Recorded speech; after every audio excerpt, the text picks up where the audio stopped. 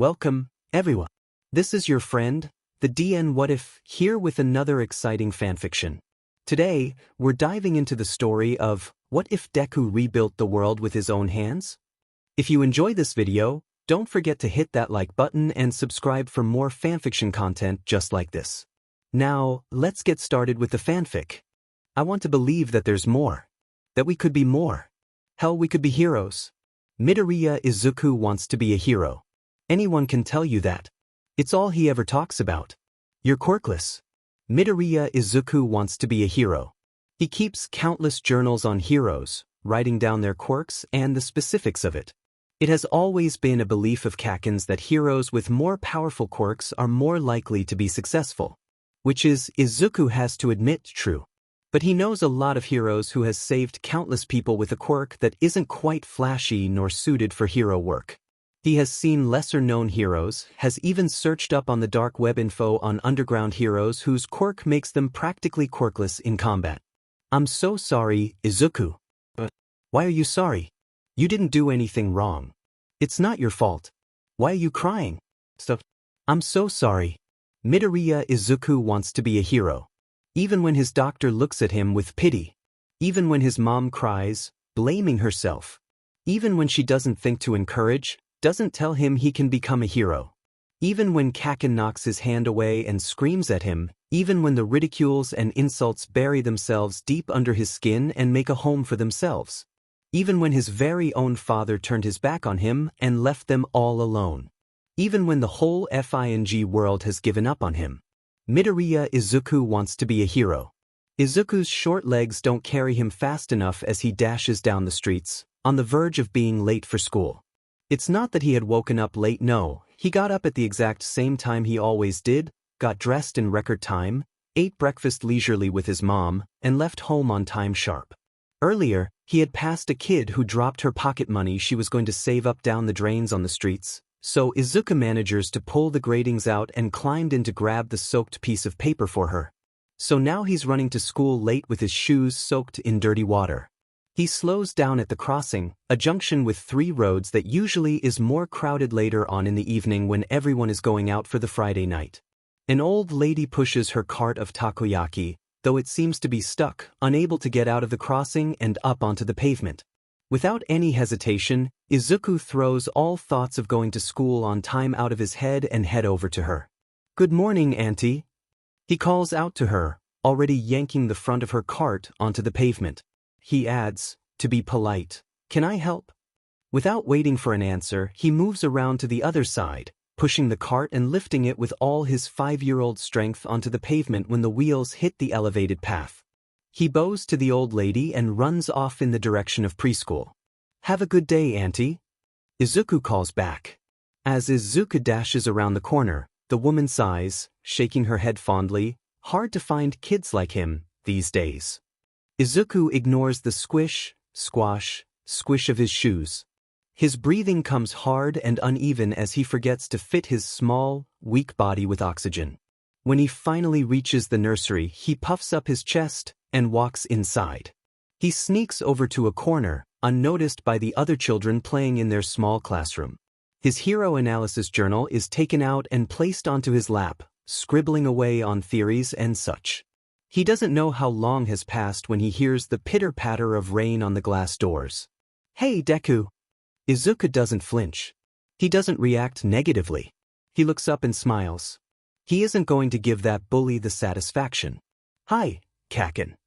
"Wipe that shitty grin off your face," Kaken snarls. It seems he's updated his vocabulary a little bit more in the past week, taking it from Auntie Mitsuki. "Ah, Kaken." Izuku perks up, beaming so bright Kaken blinks in his bright expression. "Did you catch the hero fight with Ingenium?"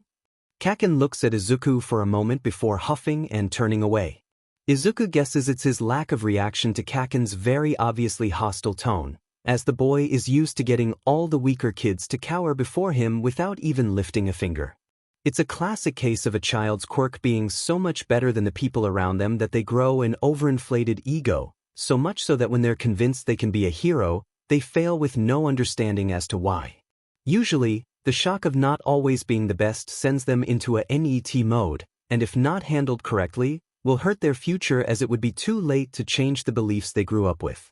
But Demon, if Izuku isn't going to save his best friend from the fate that lies in wake for the boy dreaming to get into UA. Oh, did you not?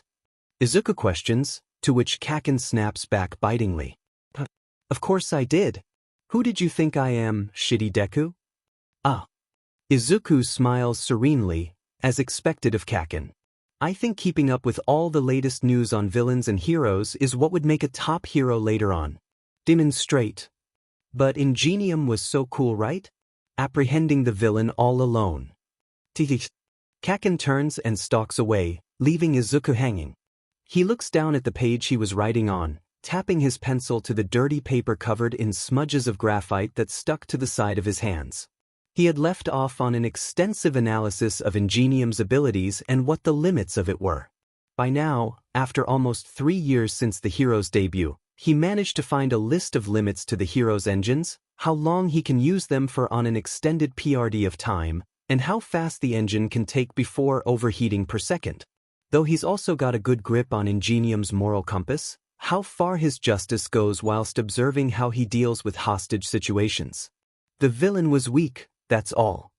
Kaken's voice snaps him out of his trance of mumbling, causing him to look back up sheepishly. The boy plops down in front of Izuku and throws some sheets of paper on the ground.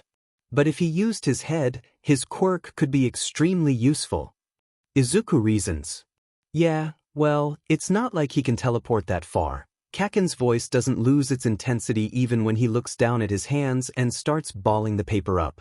True. Izuku taps his pencil on his chin, looking up as he leans back on the wall. I estimate he can teleport about 12 meters or more at a time. Kaken snorts, resisting the urge to raise a brow, impressed by Izuku's thorough, almost obsessive observations. Yeah, like I said, weak. I bet I could beat him up right now. It covers the ball with another sheet of paper, twisting it around at the end. No, but what's impressive is that, if you look closely, Ingenium is moving before he even teleports. He gets to where the villain teleported the moment he appears, almost like he knew where the villain will teleport every time. So cool. No way. Kaken shouts, looking up for a brief moment as he starts to draw All Might's face on the paper with a black marker. I bet it's just his quirk. Izuku laughs, rubbing the back of his neck. Well, I notice that kind of stuff, 'cause without a quirk, when I become a hero I would have to rely on my. In a split second, Kaken's demeanor changes. He drops the paper and pen he was holding and lurches forward.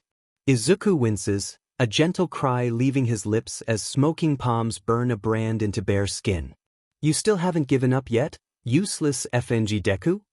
Katsuki screams into face something not befitting for a 6-year-old. Izuku feels a tightness in his throat, feels the uncontrollable trembling threatening to tear open his skin and show the world just how terrified he is right now. I can still be a hero, Kaken. Speak up, shitty Deku. His smile comes out crooked and more of a grimace if anything. I think that it would be symbolic to have for the number 1 hero. Ha!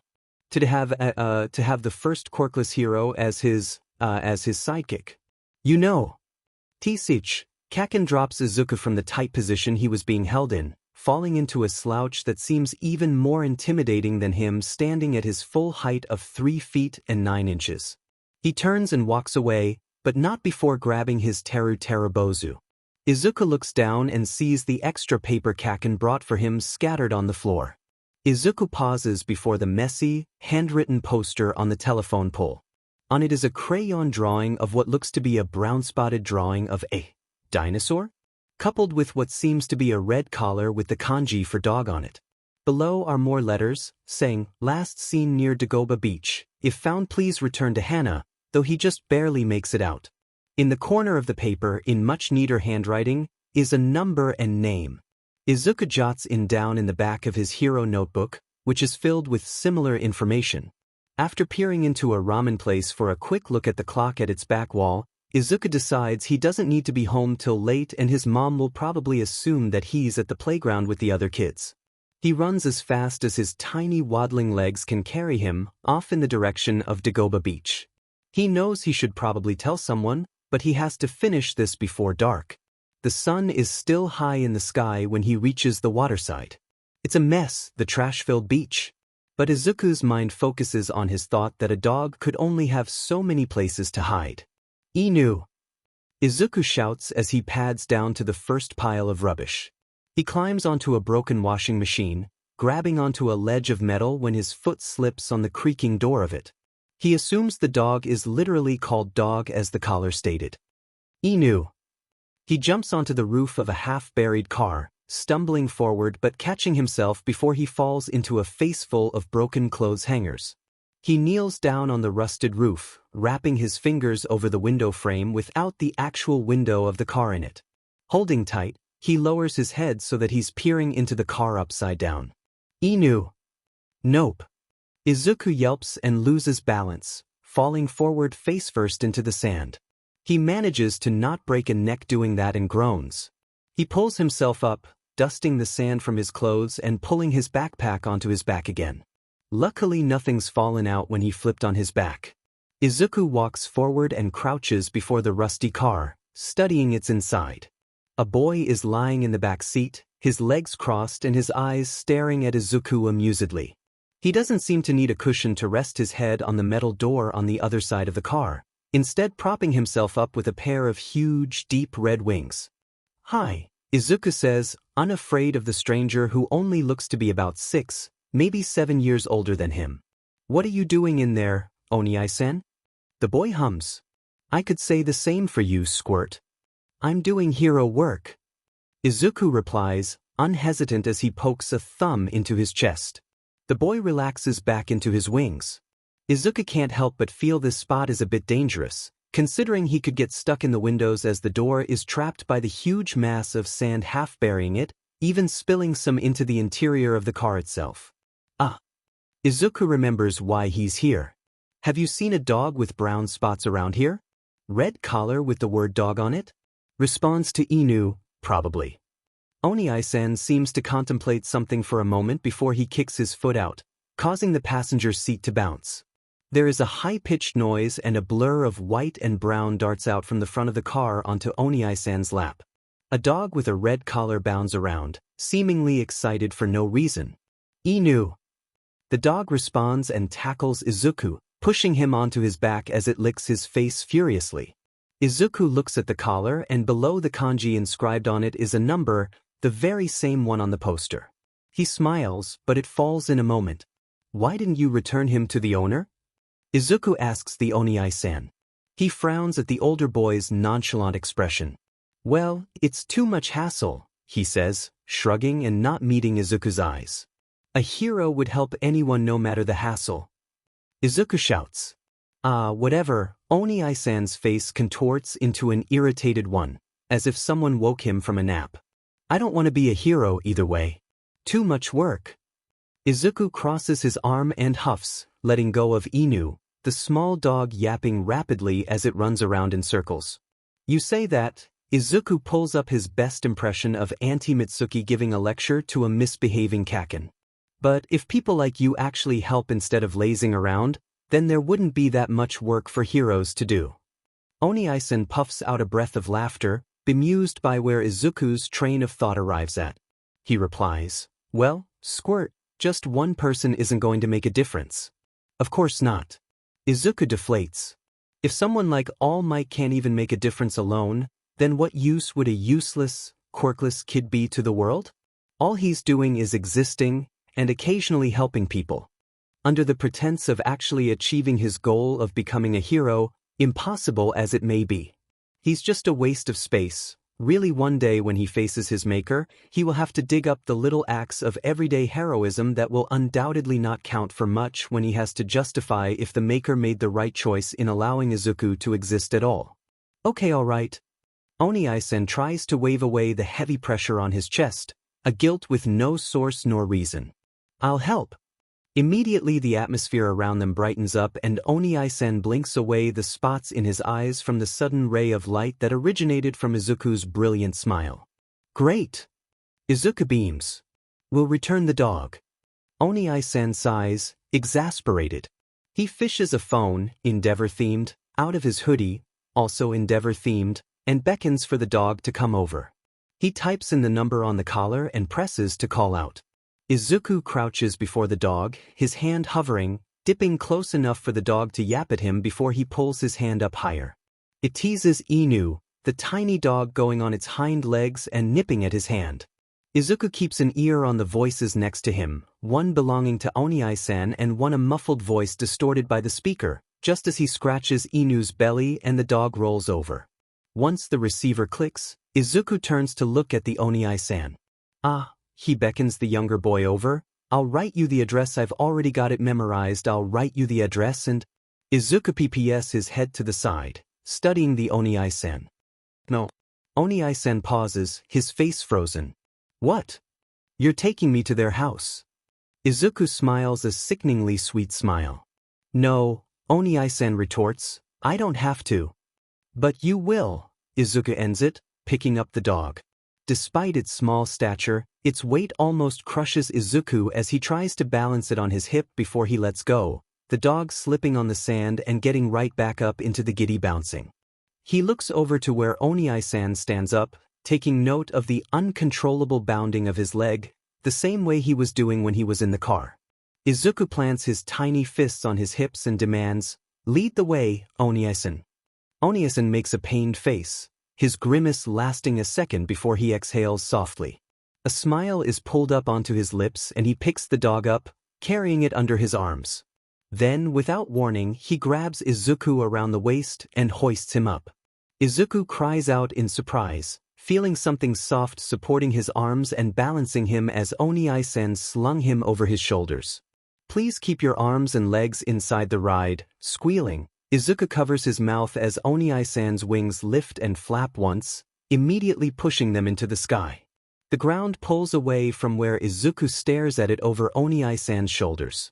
When Izuku twists on the shoulder, he sees small pointy objects' feathers. He realizes pushing and holding him in the air, shifting to accommodate his new position. Wind whips past his face, stinging his cheeks in an exhilarating way. Izuku lets out a breathless laugh, eyes wide as he feels the ecstatic beating of his heart, the rapid thump thump thump thump thump never-ending and pulsing with the blood in his ears. Like the steady rhythm of music, blood is pumped through his body, faster than fast. A feeling of euphoria grips his heart. His fingers bunch into Oniai-san's school uniform for a moment, as he's scared of falling off. Though his mind is sharp and knows that no matter what, the feathers will catch him, his body knows different and will always fear the tiny slip, the quick passing of buildings below them, close, yet too far.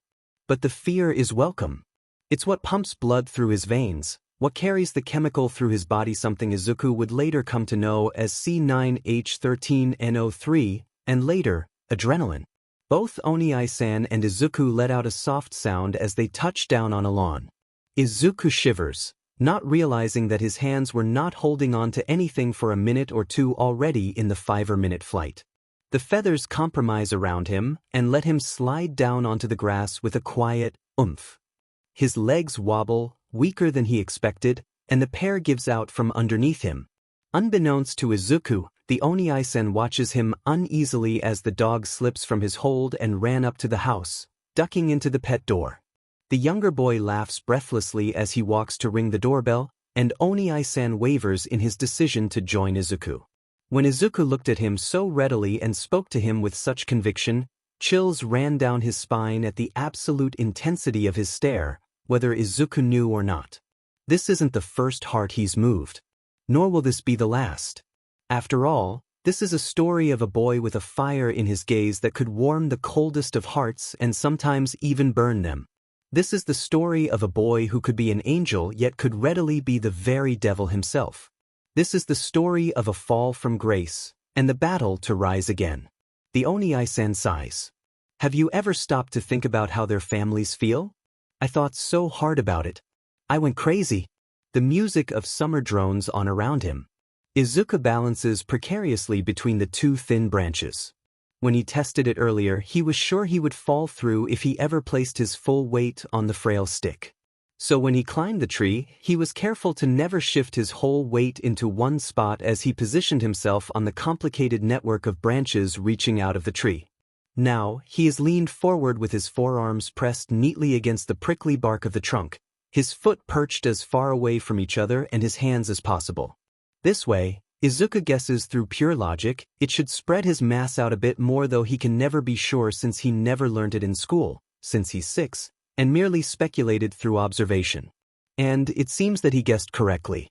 "Here, kitty," Izuku speaks quietly to the two felines nestled comfortably in the little alcove in the tree, as if the mere vibrations of his voice can cause the branches to collapse. He can feel them beneath his shoes now, the springy quality of the sticks he felt would be wise to use as footholds. His left arm unfolds from where it leant against the trunk and his hand reaches out as he shifts his weight carefully as he can, away from the cat so he wouldn't fall forward into the tree and lose the delicate balance he has on the branches. The bigger one stretches forward, eyes narrowing softly as its nose grazes Izuku's fingers. The second passes. And Izuku takes a slow breath as steady as he can, holding it trapped in his lungs so nothing can shake him from the precarious position he holds.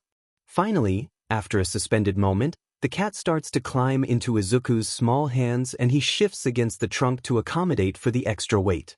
He finally lets loose the breath he was holding, relief flooding him as the cat finds a balanced stance on his shoulders. Right now he just has to get it to safety below and come back. The cat pushes off his shoulder in a leap and lands gracefully on the grass below. There is a small second where time seems to slow to a stop as Izuku looks down to see the long drop below him. The height might have been exaggerated from this perspective, since Izuku made sure beforehand that he wouldn't have such a hard fall if he slipped. In that moment, Izuku does nothing as he stares at the grass that seems to be further than the bottom of a cliff. He teeters, gravity tugging him backwards, and when his weight lifts off the forearm he had folded against the trunk and was using to lean on, he snaps back into real time and scrambles to regain balance. His arm pulls away to wrap around the trunk as fast as he can. A sharp instance of pain barely registers from the friction of gnarled bark against skin. He presses up against the tree just as the branches give way beneath him and he pushes off it, shoes desperately trying to grab onto the trunk. Izuku may or may not be bleeding, but his head is so clear and void of pain right now as he hangs on the verge of a fall. If he doesn't see the friction burn, he doesn't have to acknowledge it. He raises his head slowly once his jerking hands find the little bits of the tree that has jutted out into a handhold during its growth. He smears with his feet, moving around to finally rest gently on two more branches, just as frail and breakable as the first.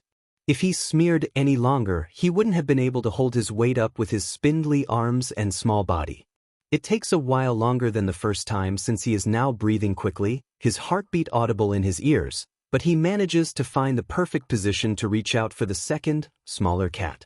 He pauses just as the cat paws at Izuku's tiny fingers. "Wait," he says to the cat, despite that humans, in fact, cannot converse with animals. Of course, unless it's a mutation, one with a quirk. Nevertheless, he talks to it. "Do you need help?" The cat, surprisingly, does not respond. "Look," he pulls up a businesslike tone he hears Dad use to converse on the phone that doesn't suit his 6-year-old voice at all as he pushes himself away from the trunk. "I'm gonna carry you, okay? So don't move or we're both gonna fall." The cat blinks and Izuku takes that as a sign that it understands. He smiles and slides his hand under the cat's stomach. That only for it to pounce on him. He reels back, a breath stuck in his throat as he faces the blue of the sky seen through the canopy of leaves above. His arms wrap around the cat and the ticking of his heartbeat slows to a stop. Time winds down to a standstill. It's quite surreal, this moment spent suspended in time. Then again, time is a construct and his mind is what determines the pace of his life. Beams of light passes through between the leaves, creating tiny pools of light reflecting on Izuku's face. It moves and shifts as a gust of wind passes by, the same speed as always, as if Izuku's mind can never stop nature in its course. After all, he is only human and even in a space of his own making, he cannot completely control the sentient flow of nature. The pools of light scatter across Izuku's skin, shifting and blinking as the leaves are shaken by the breeze, just as he feels the strands of his hair tickle against his ear as the wind sweeps through it. The wind blows over and the air stills, settling into the unnatural silence of this scenery. Even the cicadas are gone. There is no sound. Just him and his mind. So what will you do?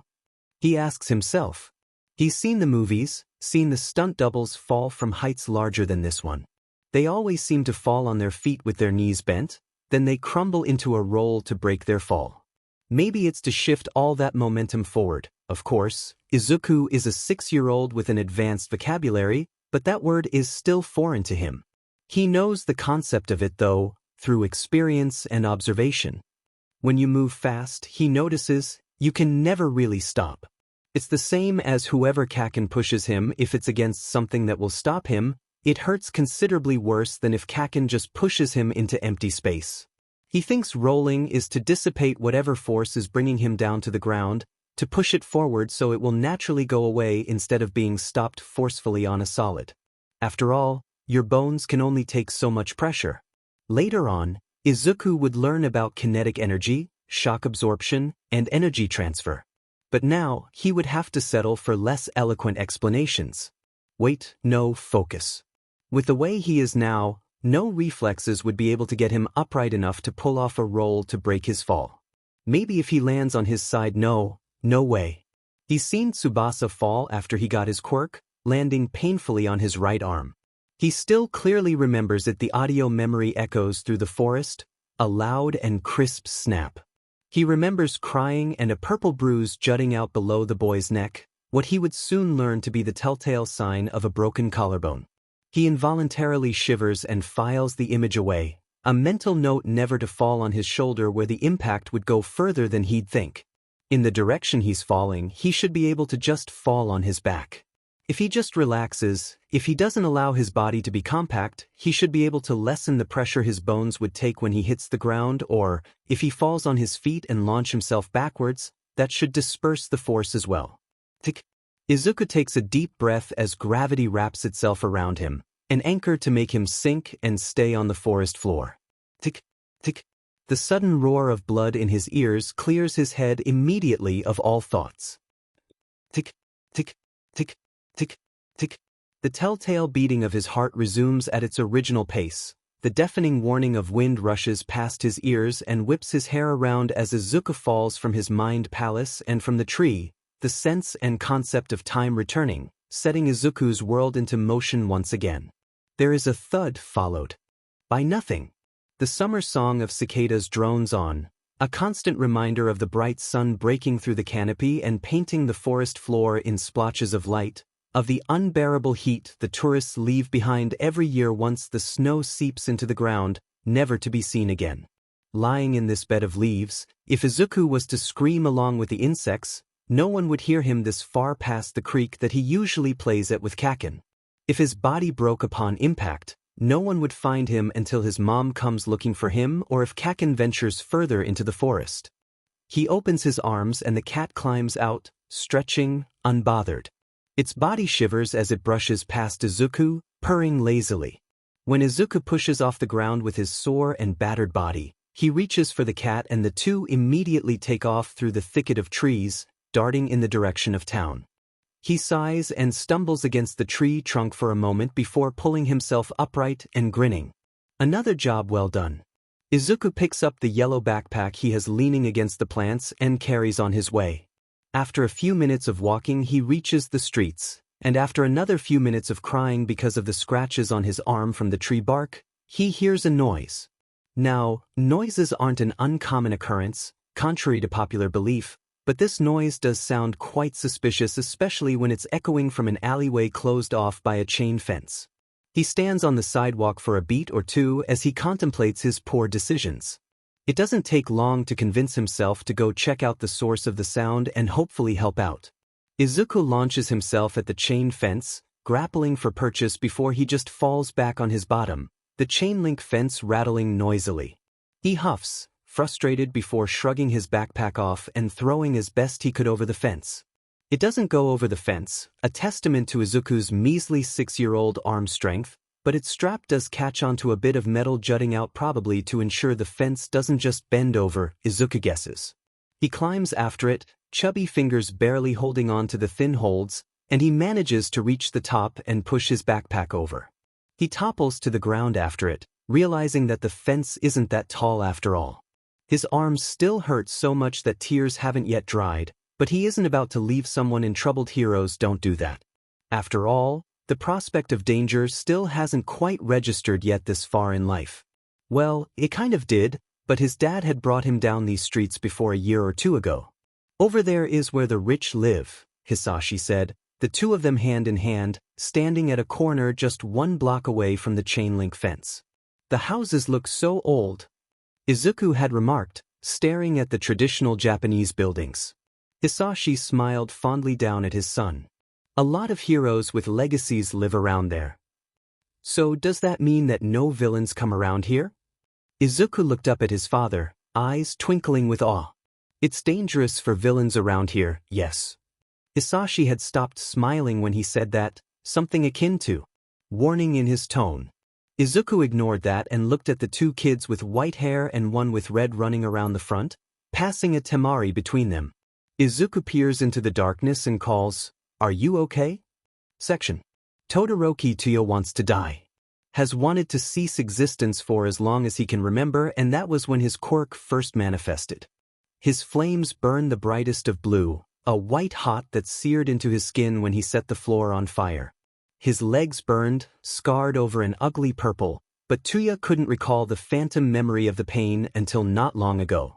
His body couldn't handle the flames much, his father had said when Tuya sat leaning against the dojo's wall, staring at his bandaged legs, numb to any kind of touch one can think of. His father had not relented, opting to train him day in day out, yelling at him to get stronger, that such a weak constitution would not survive long in the hero world, that is, until he turned 11 and Shudo froze the floor, then set the ceiling on fire. His father had thrown him away right then and there. In his dead, rotting heart, there was still a burning desire for his father to look at him like he was worth something, for Shudo to be a complete failure, and for Endeavor to focus all his training on Tuya. But there was also a disgusting part of him, a loathsome part Tuya hated so much that felt relieved whenever he looked at his little brother. A part that listened to Shudo crying in their mother's arm in the other room and thought, "Thank God that isn't me." Todoroki Tuya was as a horrible person. He started to actively wish for death the year after Shudo's quirk manifested. The year Tuya turned 12. The year Todoroki Rei was hospitalized. Their mother couldn't bear to look at Shudo's left side so much that she poured boiling hot water over his head. She hated the face that reminded her so much of him, the red hair, the piercing turquoise eyes. Tuya aches when he thought of how much she must have suffered whenever she so much as glanced at the child that most resembled him in the unruly red hair, piercing turquoise eyes, her firstborn Tuya himself. All save for his thin frame, muscle and fat eaten up by cremation-level fire, Tuya was a tiny carbon copy of Endeavor. He started looking at his hands and wondering if his own fire would be enough to burn away his sins. When he turned 13, Todoroki Tuya killed himself. He started with his arms, and that moment the moment fire as hot as Tuya's cold blue eyes sparked into existence after having not used it in so long, that was the moment he remembered why he can no longer feel his legs. His screams filled the house and his world was fire, it was pain. And yet that had nothing on the smoke filling his lungs, obstructing his breathing, burning his throat and nostrils in the fight for oxygen. One he would lose as his flames burned hotter than anything, stinging his eyes so much that he believed for a moment he had burned all of his face away. Rage fueled the inferno even more when the first person to find him, the first person to rush towards his pain screams, was his father. Endeavor had looked at him with panic, and Tuya told himself it was because a child that died due to a flame quirk would ruin the number 2 hero's reputation a tiny bit. He refused to believe that the man rushed to his aid, wielding the fire extinguisher made specifically for Tuya's destructive ethanol-fueled quirk. His father had taken him to an emergency clinic nearby, the ones set up in places where hospitals would be too far away to be considered an option. They had popped up a few decades ago to combat an increasing number of villains and high crime rates before All Might's debut. An ambulance had arrived from that place in no time, just in time for Tuya to slip into unconsciousness after catching a glimpse of his siblings curled tight around each other, the 2 younger ones crying into Fuyumi's shirt. When he had awoken, bandages wrapped around him from his jaw down to his collar and arms, he had set the world alight once more. The clinic burned down and the room turned to ash, cremated as the only funeral Todoroki Tuya would ever need. Endeavor was not there. No, never for his failure of a son. So when this bright-eyed gremlin reaches out a hand and asks him if he is okay, Tuya is just about ready to combust once again. No, he is not okay, and no, he doesn't want help from this child looking at him with such concern. But he must have passed out mentally at some point, because when he comes to, he's stumbling along on, heavily leaning on the green-haired boy. Oni-san, help a bit. Midoriya, what the F dash? Potty mouth. I just bring him over here. Someone attempts to sling Tuya's arms over their shoulder, but the moment they touched his bandaged skin, he screams in pain. F dash. She'd call an ambulance. No. Tuya manages through a choked sob. Please don't. Pain engulfs his world once more. The person holding him up swore a few more times before wrapping their arms around his middle, the unbandaged part of his torso. He feels himself lowered onto a leather of some sort, and the blinding sunlight disappearing as a shadow is cast over his head and the throbbing behind his eyes subside. We have to call an ambulance, the older-sounding voice says, this time much calmer. Get him to a hospital. Tuya gathers air in his lungs, ready to speak once more as he opens his eyes. He's lying in the back seat of a car, though the car seems to be sunken as he can see a boy around his age crouched on the ground outside, a sea of red behind him that Tuya cannot place. Sitting inside the old, beaten-down car is the green-haired boy that helped him before, his face turned away from Tuya. Just as Tuya's about to open his mouth, the boy beats him to it. We can't, the boy says, so matter-of-factly, like it was the most obvious thing in the world. He could be in trouble. The older boy raises a brow, resting his chin in his palm as he leans his elbows on his crouched legs. That's probably why we should get him to the authorities. Tuya notices the boy doesn't carry the same panicked air his voice exuded earlier, but rather, he seems carefree and idle, as if there wasn't a medium-rare Tuya sitting in front on him. Despite what his words might suggest, he seems too bothered to actually call for an ambulance. The green-haired boy, on the other hand, turns to look at Tuya and smiles. What a strange pair. He's running, the boy says with such confidence that Tuya would not be surprised if he actually knows Tuya's entire life story. We can't just hand him over to whatever he's running from. That's not what heroes do. Besides, the boy lowers his voice so it would just be Tuya hearing him. We both know this has something to do with the burning building, right? The older boy outside says something and moves away, taking with him the shifting sea of red to show a blurry backdrop of metal. But Tuya isn't paying attention. He's staring straight at this green-haired boy. How dare he, Tuya thinks. How dare this gremlin look at him with such understanding? How dare he? There is no way this boy with barely a decade under his belt can look at Tuya like that and be able to feel exactly what's going on his head, right? Be able to understand the turmoil that, as far as Tuya knows, has never happened to anyone before. How dare he? This boy can't possibly understand, yet he's looking at Tuya with such tender eyes. So much so that Tuya himself cannot understand either how someone can feel so much empathy at once and not just die. My name is Midoriya Izuku, the boy says brightly. What's your? He cuts off. A beat passes before he continues. Do you want to tell me your name? No. Tuya manages through a croak before delving into a coughing fit. Midoriya rummages through the backpack. He swings from over his shoulder into his lap. He produces a plastic bottle of water, half empty, and uncaps it, pushing it onto Tuya's lips right where the bandages around his jaws end. Pain overcomes him, seizes him for a moment, and Midoriya grabs onto his hands, holding the only bits of bare skin where no fire burned him. Sorry, Oni-san, but you've got to drink a bit. Tuya winces and he remembers Fuyumi and her tired eyes. Don't call me that. The beat. Ni-san. Shudo, who calls him so affectionately, and Natsuo, who tacks on a careless nii to Tuya as well, even though he doesn't need to differentiate between two older brothers like Shudo does. Just stick with you. No need to be so formal. I can't do that, Aniki. Aniki. That's fun. Midoriya smiles at Tuya's lack of resistance and claps his hands together. He talks about nothing and everything, and Tuya appreciates the distraction from his world of pain, the distant burn and friction.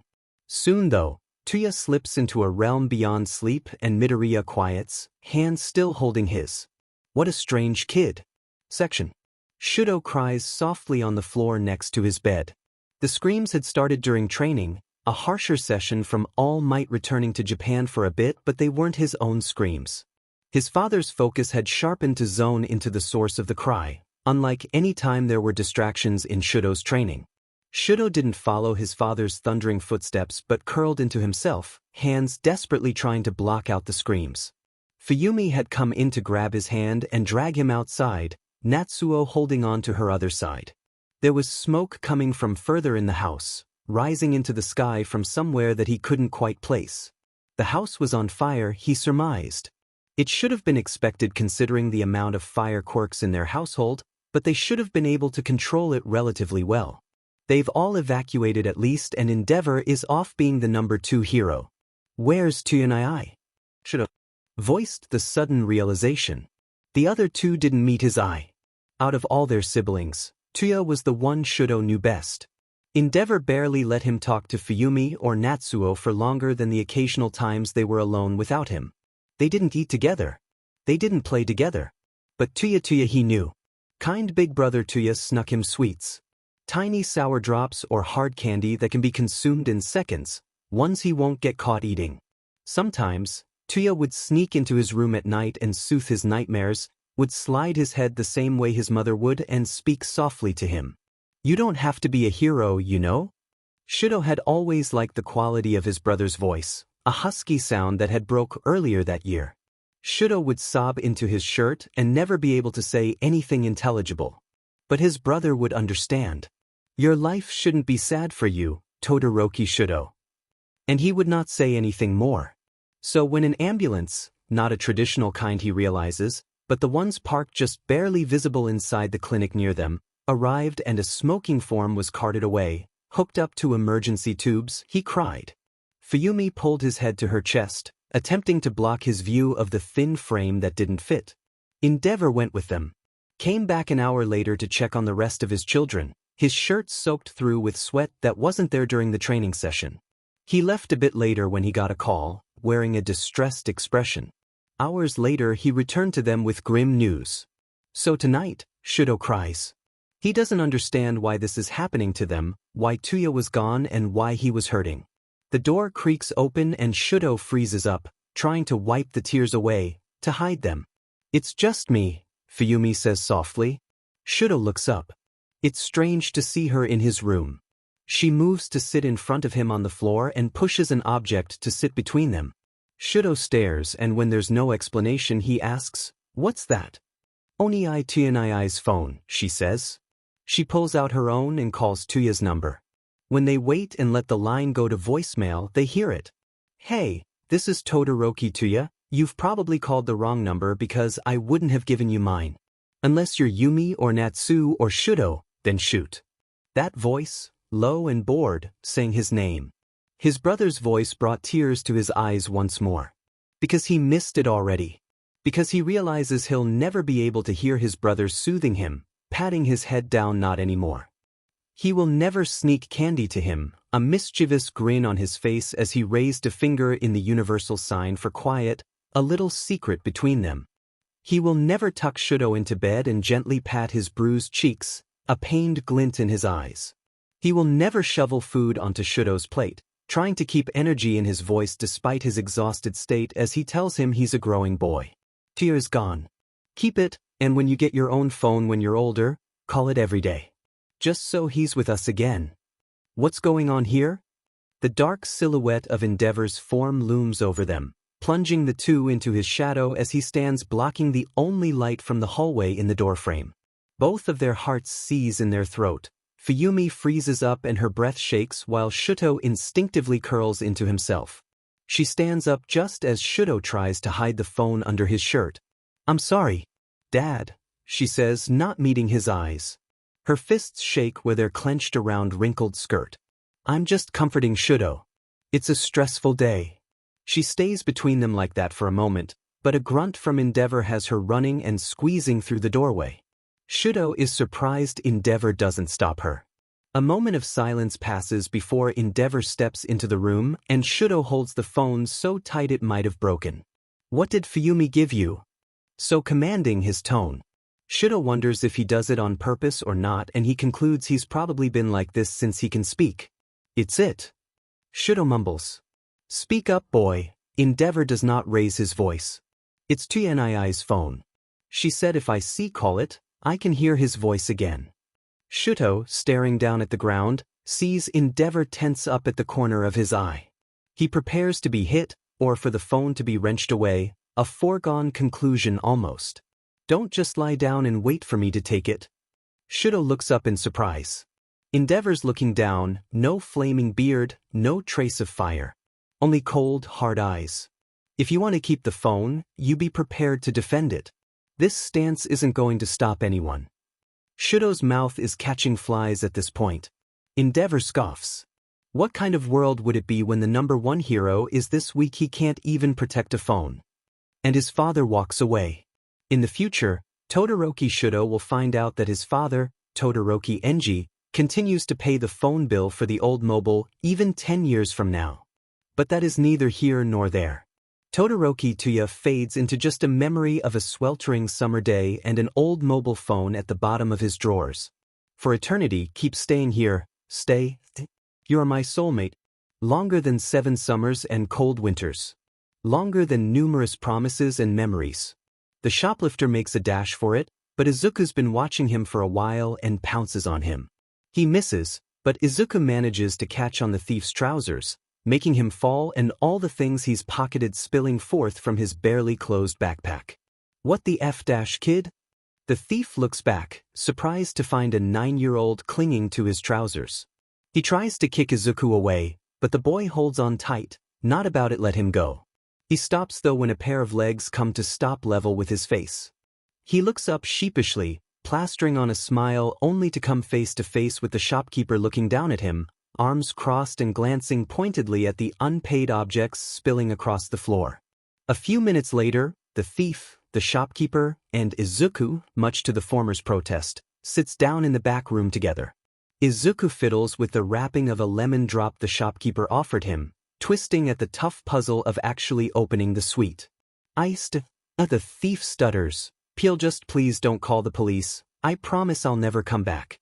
Tachibana-san. That's right, the thief had given his name earlier in attempts to stop the shopkeeper from immediately phoning the police. I can't just let this.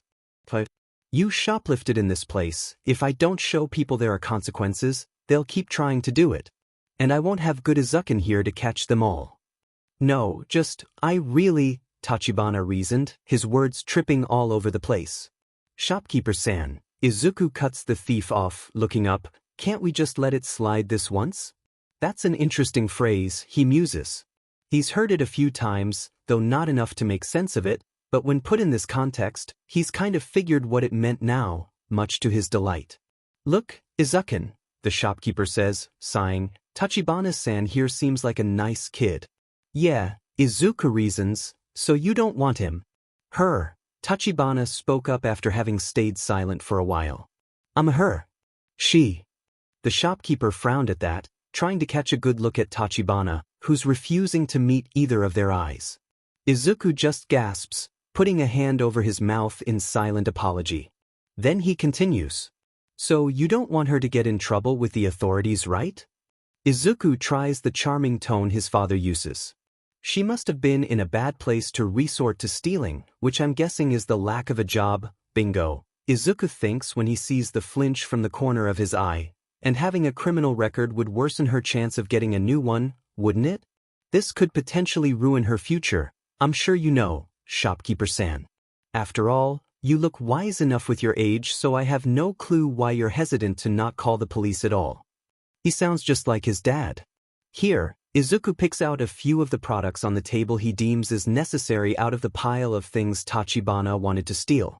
A bottle of painkillers, one look at her sharp teeth, the most nutritious convenience store food can get, her irritation, the hungry glances, and basic toiletries. She doesn't seem fond of the stubble growing. He pushed them over to pile in front of Tachibana, then rifles through his own backpack before pulling out a wad of cash. I'll pay for it. The adults blink owlishly at Izuku. What? No, you don't. You can't just encourage this behavior. It's fine, Izuku says. My mom gave me this for snacks and I haven't gotten any in weeks, so I have it accumulated, another new word Izuku learned earlier in the week, and won't be using it anytime soon. It's not a lie, exactly. His mom did give him the money, but he's been saving up for months just for today when the All-Might Nendoroid would go on sale. He's been excited all week, so he'd be lying if he was to say he wouldn't be reluctant to part with the cash. You still can't. Kid, that's not how life works. Oh look, Izuku says suddenly. He holds the things he's about to purchase and waltzes out of the back room, the two adults hurrying after him. He places the wad of cash on the counter. I accidentally left my money on the counter. He dances outside and leaves the things, now in a plastic bag, sitting just on the door. Oops, he says, fake gasping. I forgot my things here too. If no one takes it, it'll rot there forever. If someone tries to return it to me, I'll run away. I'm not supposed to talk to strangers. In the end, after a fair bit of convincing and arguing, Izuku and Tachibana walk side by side down the street with the latter carrying a plastic bag of food, painkillers, and toiletries. Can I call you Tak-chan? TTD Taken? Tachibana's face turns beet red and her voice squeals. I'm sorry. Izuku put a hand over his mouth to cover his mistake. You're older than me, so should I call you One-E-san instead? And no, Tachibana says, then adds in a smaller voice, Tak-chan is fine. Nice to meet you, Tak-chan. Izuku smiles brightly. I'm Midoriya Izuku. Tachibana Hiroyuki. Her voice falters at the end. Actually, she amends, it's just Tachibana Yuki. Are you in a bad place right now, Tak-chan? Izuku asks bluntly. Tachibana idly kicks the stray bits of gravel on the concrete, looking down. I can't find a stable job right now and Izuku lightly slams the base of his fist into his open palm in a gesture of realization. He excitedly speaks, there's a ramen place not far from here. They were looking for help and I offered to just help around the shop, but they said they wouldn't employ someone without paying them, let alone a 9-year-old. Tachibana's mouth is catching flies now as she gapes at the bright child. In all her years of life, never has she been witness to a force that can rival the very sun itself. Never has she seen such intense sincerity, such a genuine desire to help people with not even a hint of an ulterior motive in mind. Tak-chan. Izuku raises his hands, worried. Are you crying? Tachibana sniffs into her sleeve. No, I'm not. Izuku skips along the beachfront, a wide smile across his face and the familiar warmth accompanied by helping someone blooming in his chest. He troops across the sand, occasionally jumping from scraps of metal to hunks of metal. After one particularly tricky bit of an obstacle to avoid, he looks up and beams when he spots two familiar heads of hair. He calls out, Aniki, Oni-san. When they first talked to each other, the two boys did not get along at all. They were both laid back in their own way, but the difference is that Kigo just carries that air of laziness with him everywhere he goes while Dabi always kind of sits around aimlessly, as if he had nothing to do. People would think they'd get along swimmingly, but Dabi feels too strongly about his beliefs to let up to someone like Kigo. Even now, they're arguing among themselves. A hero's purpose is to save people out of the goodness of their hearts, Dabi says. He's sitting with his back straight on a stack of household appliances, bandaged, arms crossed. Even to this day, Izuku has never seen Dabi without those bandages covering him. They seem to have been changed every now and then when Kigo and Izuku weren't there, but he's not sure when Dabi has time to do that. Izuku ignores their conversation and pulls the usual mattress he uses out into the open and flops down on it. He rifles through his backpack and procures his hero journal before furiously starting to write in it. But being a hero is a job, isn't it? Kigo asks idly. There's something in his voice Izuku can't quite place, a chilling facade that does not betray Kigo's true intelligence. Dabi is eyeing him skeptically now, aware he's walking into a trap of sorts but not ready to back down. You can't just expect someone to do a job without pay. And before Dabi can reply, Kigo continues, and you're allowed to be a hero because you enjoy the fame or you enjoy using your quirk. Something comes alight in Dabi's eyes and he lurches forward, but they can't just neglect their duties for fame. Or put fame above saving people. Take your idol for example. He says the word with so much venom and hatred that Kigo flinches back and Izuku looks up from his notes. Endeavor cares about being the #1 hero more than actually saving anyone. He chases down villains just for publicity and leaves the people to fend for themselves. No, he doesn't. This time Dabi is the one to flinch when Kigo says this with such conviction. Izuku goes back to writing and hums the theme to the latest All Might movie. Endeavor never leaves to chase the villains unless there is another hero on the scene. Did you know Endeavor is credited with the most hero arrests and solved investigations in Asia? And #3 in the whole world. Even more than All Might. Doesn't excuse the fact that he's an a-hole, Dabi mutters defiantly. Kigo compromises in a drawl, trying to settle the argument, well as long as he doesn't hurt anyone. Dabi opens his mouth, turquoise fire in his eyes, but he looks like he has to physically restrain himself from saying whatever he wants to. Instead, he hisses out, "You know nothing, Takami. Oni-san, what's your hero name gonna be?" Izuku pipes up, his clear voice cutting through the tension like a knife through butter. Kigo leans back on his wings, folding his forearms behind his head. He smiles weakly at Izuku while Dabi slips off the pile he was sitting on, the rusted metal of the thrown-away appliances creaking against each other as his weight lifts off. "Why do you think I'm gonna be a hero?" Oni-san asks. Izuku looks down at the word-filled page of his hero journal, charcoal smudges painting little finger-shaped prints into the line paper. To a foreign eye his handwriting looks like chicken scratch, but he understands the words perfectly, eyes flitting over his work appreciatively. Name, Takami Kigo, hero name. Quirk, fierce wings. As a hero, his quirk allows him to be versatile and fill in the role of any missing member in a team, making him the perfect hero. He looks back up to meet Kigo's eyes. "Why wouldn't you?" That seems to startle both of the older boys, Dabi pausing as he moves to sit next to Izuku and Kigo seems taken aback. "You've got the perfect quirk for heroism. Not many people have that. It's a privilege and being a hero is every child's dream, isn't it?" Izuku smiles, the curve strained. "You barely have to work hard at all and you can just become a hero." "Midoriya," Kigo says, his voice smooths over and turning cold in a way that it's never been before. Kigo had always been jovial, his voice so loose in its texture. "It's not that simple. You're going to UA, right?" Izuku's eyes sparkle with an untested admiration. "Because we're so lucky to live in Mizudafu, so close to the best hero school in Japan, we get to go to All Might's alma mater. And you also have the perfect." "I'm not going to UA." A moment passes and Izuku's face drops. "What?" Kigo smiles, the ice melting as if it was never there and returning to his carefree demeanor. "I'm leaving in a few months' time. Moving, actually," he explains. "But you're going to a hero school, right?" Izuku lurches forward to get closer to Kigo, but Dabi grabs his wrist and cuts off whatever Oni-san was about to say. "Izuku."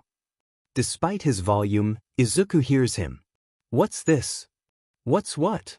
Izuku looks down to where Dabi had grabbed and frowns when he unfurls his fingers to reveal the red, swollen markings beneath his touch. Snaking faintly from the handprint-shaped burn held tightly almost aligned with Dabi's hold and curling up onto his shoulders beneath his sleeves are burns. They aren't too bad, a pinkish color where his skin almost peels, but Izuku's so used to them the pain barely bothers him anymore. "Did that Kaken do this to you?" Ice coats his tongue, the very same ice in Kigo's voice, but colder, cold like the hot flames of Dabi's turquoise eyes, a numbing sound. "It's not that bad," Izuku reasons calmly, but his mind is running a mile a minute, thinking up excuses that will keep Kaken from getting done in by Dabi's wrath, but coming up empty. He's used most of it up in the past 2 years he's met the two older boys. A thump sounds and sand scatters in a ring around where Kigo lands as he asks, "I thought you said he stopped?" "It doesn't hurt, really." Izuku is hurrying out the words now. "Besides, I'm okay with it." "It's not okay," Dabi growls. There is pain in his eyes when he looks at Izuku, grit in his voice as if it's physically hurting him to talk to Izuku to talk about this. "It shouldn't be okay.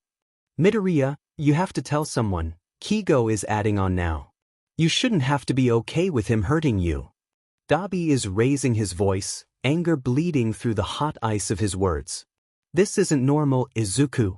Izuku only understands them on a theoretical level, and a level created by his extreme empathy. He would be mad too, would be furious and angry and filled with all kinds of rage as well if either of the two boys allowed someone to hurt them the way Izuku has let Kaken beat him. But he doesn't know how to explain the deep empathy he feels for Kaken to the older boys. He doesn't know how to tell them simply that it's always been Kaken's dream to be a hero and it's not his fault he grew up with a mother who solves things through violence, and that if Izuku is to report him for bullying then it would ruin his chances of ever getting into a respectable hero school. So he looks to Kigo. Stop changing the subject, Izuku says, changing the subject. You just said you were gonna leave. You can't just leave us here. Kigo sighs lazily, tipping backwards and giving the impression he would fall.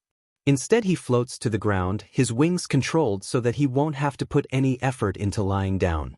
And for that moment, Kigo talks and they choose to forget the burns. For now. And his quirk would be the counter to Toxic Chainsaw. A few weeks before now, the infamous Toxic Chainsaw slipped through the grasps of the #1 hero, All Might, sparking fear throughout the region of the battle. For Izuku though, the typical hero enthusiast has created yet another original hero character. He presents the hero to Dabi and Kigo, talking extensively about the made-up backstory of Toxic Chainsaw's long-lost brother, Blight. Ooh, Kigo applauses lightly, a lazy smile gracing his lips while Aniki seems to have fallen asleep halfway through his enthusiastic explanation. Why is he called Blight? Well, I was going through different connotations for toxic. Izuku then proceeds to ramble about the etymology of the word blight and how that relates to the plant-based quirk the hero character has. Currently, he's dressed over his normal outfit, the too big neon pink puffer jacket that hides his hands he found lying around the dump that is Dagoba Beach. Between his fingers hang a gas mask that he used to demonstrate the character's full hero outfit, the glass cracked in a way that suggests use, not mishandling. I was thinking of making this my hero outfit when I become a hero, Izuku had said when he had donned the jacket in front of Kigo, who only wore a sad smile.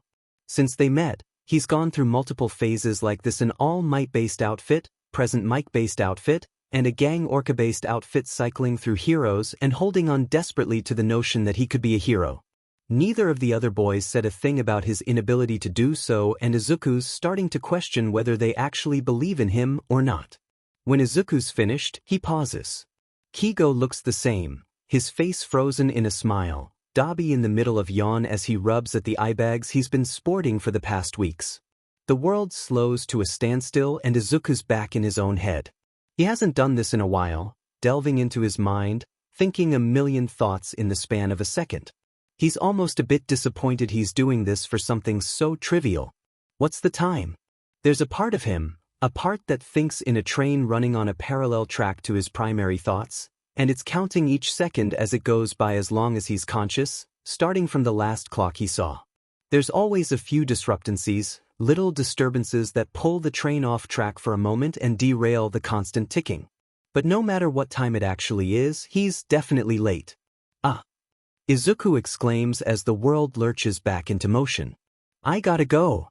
Kigo grunts lazily, lying back down to use Dabi's stomach as a cushion, the latter boy letting out a soft noise in protest. Your dad's coming back, right? Yes. Izuku scrambles to get out of the character's clothes, throwing them into the oven where he stores his findings around the beach. And I'm late. Izuku waves furiously at the two boys, only one waving back, and scoops up his backpack, setting off in a mad dash to get home. It doesn't take long to get from the beach to his flat, but with Izuku's short legs and weak stamina, he's heaving by the time he bursts through the front door. He runs into the kitchen, looking around, desperately trying to catch even a glimpse of pale hair. He only sees his mother, Inko, sitting at the dining table with an absent look on her face, not noticing Izuku coming in. Izuku slowly makes his way over to her and pulls at her sleeve. Inko snaps out of her stupor and looks down to Izuku, her mouth open in an O. Where's Papa? Izuku asks, his head tilting to the side. For a second, 1,000 emotions flicker through her face and Izuku's heart drops, already knowing what she is about to say. "He's not going to join us for dinner," she forces out, smiling what might as well be a grimace. "Oh." Izuku looks down at his feet. But Inko tries to amend herself, slinking off the chair to crouch before Izuku and places a hand on his shoulder. "Papa will come see you tonight. He'll come say good night." Izuku plasters on a smile and ushers Inko back into her seat. "It's okay, Mom." He climbs up on the seat opposite hers. He knows exactly why Hisashi doesn't want to play house with him, a useless, quirkless son that would only embarrass him further. "We'll just celebrate my birthday with the two of us." Hisashi does come at night, his hand in Izuku's hair waking him up. Izuku squints at the shadow, but he only sees a flash of a smile before Hisashi leaves his room, a crack of light falling into the dark. Izuku climbs out of bed to put his ear near the opening. "Sorry," Hisashi says. "You can't do this to me," Inko is saying, and Izuku wants to punch his dad for causing the wobble in her voice. "You can't do this to him." I know, Inko." His father's voice is soft, barely audible that Izuku has to strain. "Promise me you'll be back," Inko demands, and Izuku hears the table sliding. He pictures the scene, building it up in his mind with the position of the voices and the environmental cues. Inko pushing Hisashi back against the table, her small hands tightly gripping his collar or the lapels of his suit jacket. "I can't. Promise me. Just this one, Hisashi." A silence. "I promise." Inko scoffs. "You were always a liar." Izuku pushes off the wall beside the door and slips back under the covers. The next day, when Izuku asks Inko whether his dad will come back, she breaks down in tears. Everyone is always in pain. Whether it's a loose hangnail, a sore joint, a cramped back muscle, something. No human is never not in at least a minute amount of pain. The people in his life left one by one. Hisashi was barely ever there after his quirk didn't manifest, but seeing his mother confirm with her tears that he was never coming back still hurt. Kigo left without a word, a complete surprise to both Izuku and Dabi. The latter had been furious, and maybe Izuku would have been too, but for the longest time he's learned to shift and file and shove those feelings that cloud his mind into neat little compartments, ready to take out but locked tight and professional. He wondered, of course, if Kigo knew that the meeting would be their last before he would go on to disappear on them, and if it was, how the older boy had so expertly hid his emotions. It might be equal parts due to the fact that Kigo didn't feel all that upset that he was leaving, as if the past years only amounted to nothing between them, but Izuku entertained the idea that Kigo was that skilled at lying that even Izuku's perceptive eyes couldn't even pick it out. He wondered how many times Kigo had lied with a smile on his face and Dabi and Izuku had eaten up every single word of it. He chose not to dwell on it due to the spiraling feeling in the pit of his stomach that suspected everything their friendship was built on had been a lie. When Izuku turns 11, he only sees Dabi once a week on Saturdays. They've kept in touch since Kigo. But Izuku sees him drifting away slowly, ever so slightly like a paper boat on calm water. Deep down he knows Dabi would not want to hang around with a useless, quirkless kid, but he still wants to hold on to the remnants of normality that they used to share, the only friend he has left other than his own mind, who at times feels more like an enemy. He can't expect things to stay the same, he tells himself. Not when Katsuki grows more violent. Not when his mother comes home late and exhausted. Not when Dabi finally takes off his bandages, his patchwork of scars on full display. Not when his very existence seems to push people away, to repel anyone he comes in contact with. And if everything is going to change, he tells himself, he will have to change with it. "Can you teach me how to fight?" Izuku asks Dabi on the few days they see each other at the beach. Dabi looks at him, languid in a way so different from when they first met, the skittish boy who looked over his shoulder at every out-of-place noise. "Why?" "So I can train to be a hero," Izuku says enthusiastically. Everyone else has the head start that is their quirk, and if Izuku isn't given the same privilege, then he will have to make the unpaved road easier for himself. But Dabi answers curtly and with finality, "No. If I can't use quirks, then I'll rely on skill and support." "Wait, why?" Izuku cries out, disappointed. Because you're like a child, he says with a tone Izuku has come to associate with an undirected disgust, ambiguous in a way he can't seem to figure out. So, Dabi repeats, looking at him incredulously. So you shouldn't be wasting your childhood trying to waste your adulthood. It's not wasting if it's following my dreams, Izuku says, eyes sparkling in the innocent, oblivious way he knows will stir some protective instinct within Dabi. Besides, if I try to throw myself into danger without proper training, wouldn't that be worse? Dabi grits his teeth in frustration, massaging the bridge of his nose. You're so naive. Except he isn't. Izuku has never been, is not, and will never be naive. He's not stupid nor clueless. He knows, or at least, has an inkling as to why Dabi holds a particular hatred towards heroics. Something about child soldiers and collateral damage and fake heroes, and though Izuku isn't trying to invalidate whatever trauma Dabi has clearly gone through in the past, he has however pushed the empathy down ever so slightly in place of the pure determination he holds close to his heart. Dabi agrees reluctantly and Izuku cheers. I'm only teaching you basic self-defense, okay? Dabi says as they stand across from each other on the beach. Somehow, it completely slips his mind to wonder how Izuku even found out that Dabi could fight. That's more than enough. That's all Izuku needs anyways. There are videos he can access online now that, over the course of a month that Dabi still semi-regularly visits the beach, he's nailed down the balance and movements. Although it feels mechanical without experience, Izuku still commits the movements to memory, copying the videos on YouTube to the very shift of weight. And while he's convinced he's not naive, he is still far too underprepared, still a child despite his confidence in his abilities and intellect. Whatever training he's taken upon himself will be thrown out the window when he's faced with true danger, with a fear so primal it leaves him only with the barest of his most feral instincts. His first real fight starts, unsurprisingly, when he's dragged by his collar to the school's backyard and slammed against a wall, his breath knocking out of him. He slides against the wall in time with the sweat gathering and slipping along his throat as the blistering heat of Katsuki's fist emanates against his jugular like a threat. Katsuki is saying something that Izuku can see from the shapes he's making with his mouth, but Izuku is too tired to try and make out what he's saying, nor can he even try to process anything audible at the moment. In the spaces between when he's learning and when he leaves school, Izuku's learned to shut his mind off completely, distancing himself from his own physical body. That includes turning sound into muddled slush that slides in one ear and out the other as he's doing right now. Deku, he seems to be saying, but Izuku can guess that most of the time. Someone's grabbed his bag when he was dragged earlier and he can see them rummaging through it in the corner of his eyes. Hero Journal for the Future number 11.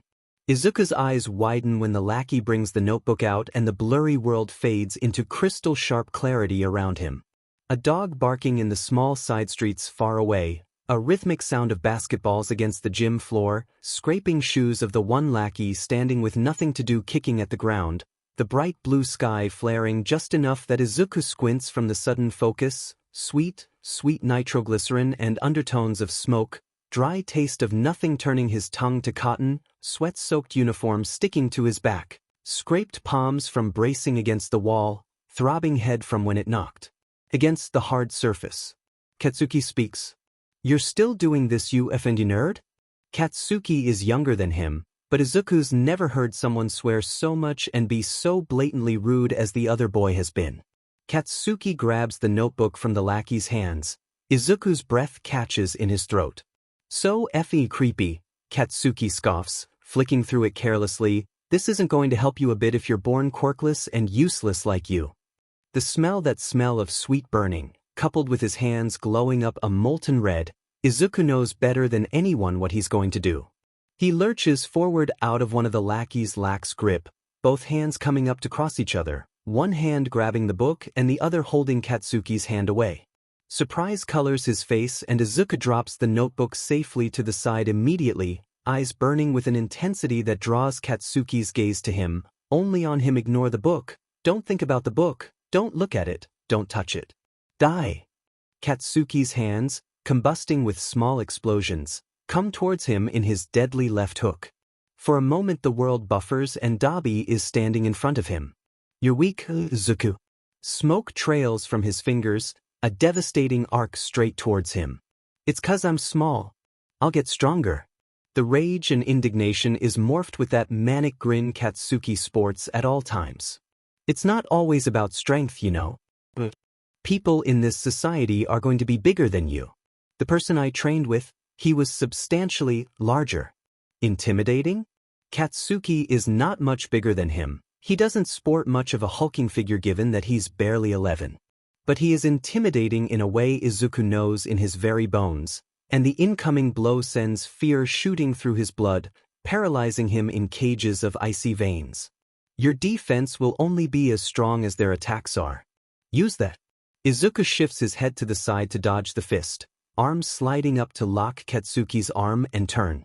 Methodical, mechanical, precise. It's too rehearsed. It looks unnatural and strangely stiff, but Izuku doesn't falter. Katsuki slams into the ground. Silence. He sees the look of shock displayed around him and the frozen expression Katsuki is wearing as he looks up at him. He sees Dabihu's Nashobi smile, lips stretched unnaturally in a very not Dabi-like way. He turns and his tattered cloak dissolves into blue flames, swallowing him with it.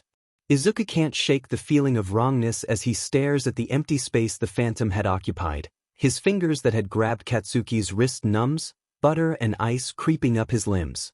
A horrid feeling starts in his stomach, an empty chasm-like feeling of falling that bubbles up in his chest, an unbidden pressure that squeezes and crumples and grabs at his lungs, leaving him choking on a huge lump of nothing with nowhere to go.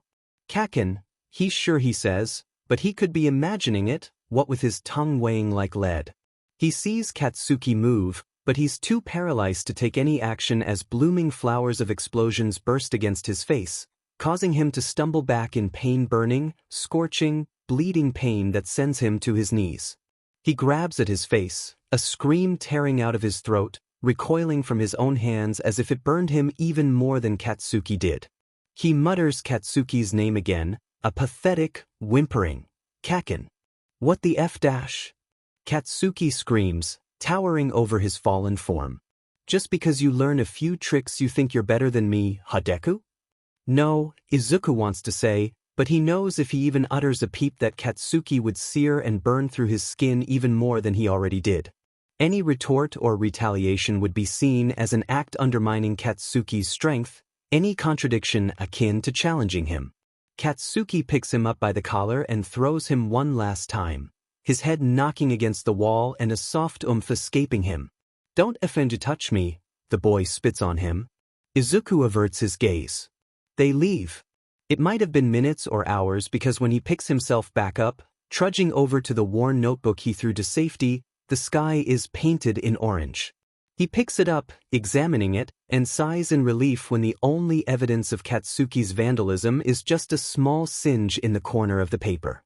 For the past years he's avoided showing his notebook or bringing it to school anymore, but he must have forgotten to take it out after one night of chasing hero fights.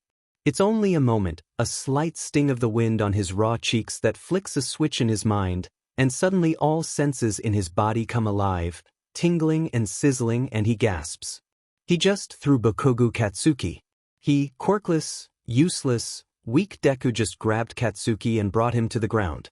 He brought the strongest person he knows, the most gifted, always praised for his power, he brought Katsuki down. Something blooms in his chest, a mental whiplash to the stifling panic from earlier, and he grins from ear to ear, pain already forgotten. Izuku isn't weak. He laughs, delighted. He's not weak. Maybe in the future he would look back and see the signs, notice the hunger in his grubby hands, and he would think maybe he should have been more careful. His hubris would be the end of him. Like father, like son. He skips away with his backpack, humming and thinking and planning. Anticipation spikes when he thinks about training, about getting stronger, about reaching out and grabbing the future. He wants the future he will get, no matter what anyone says.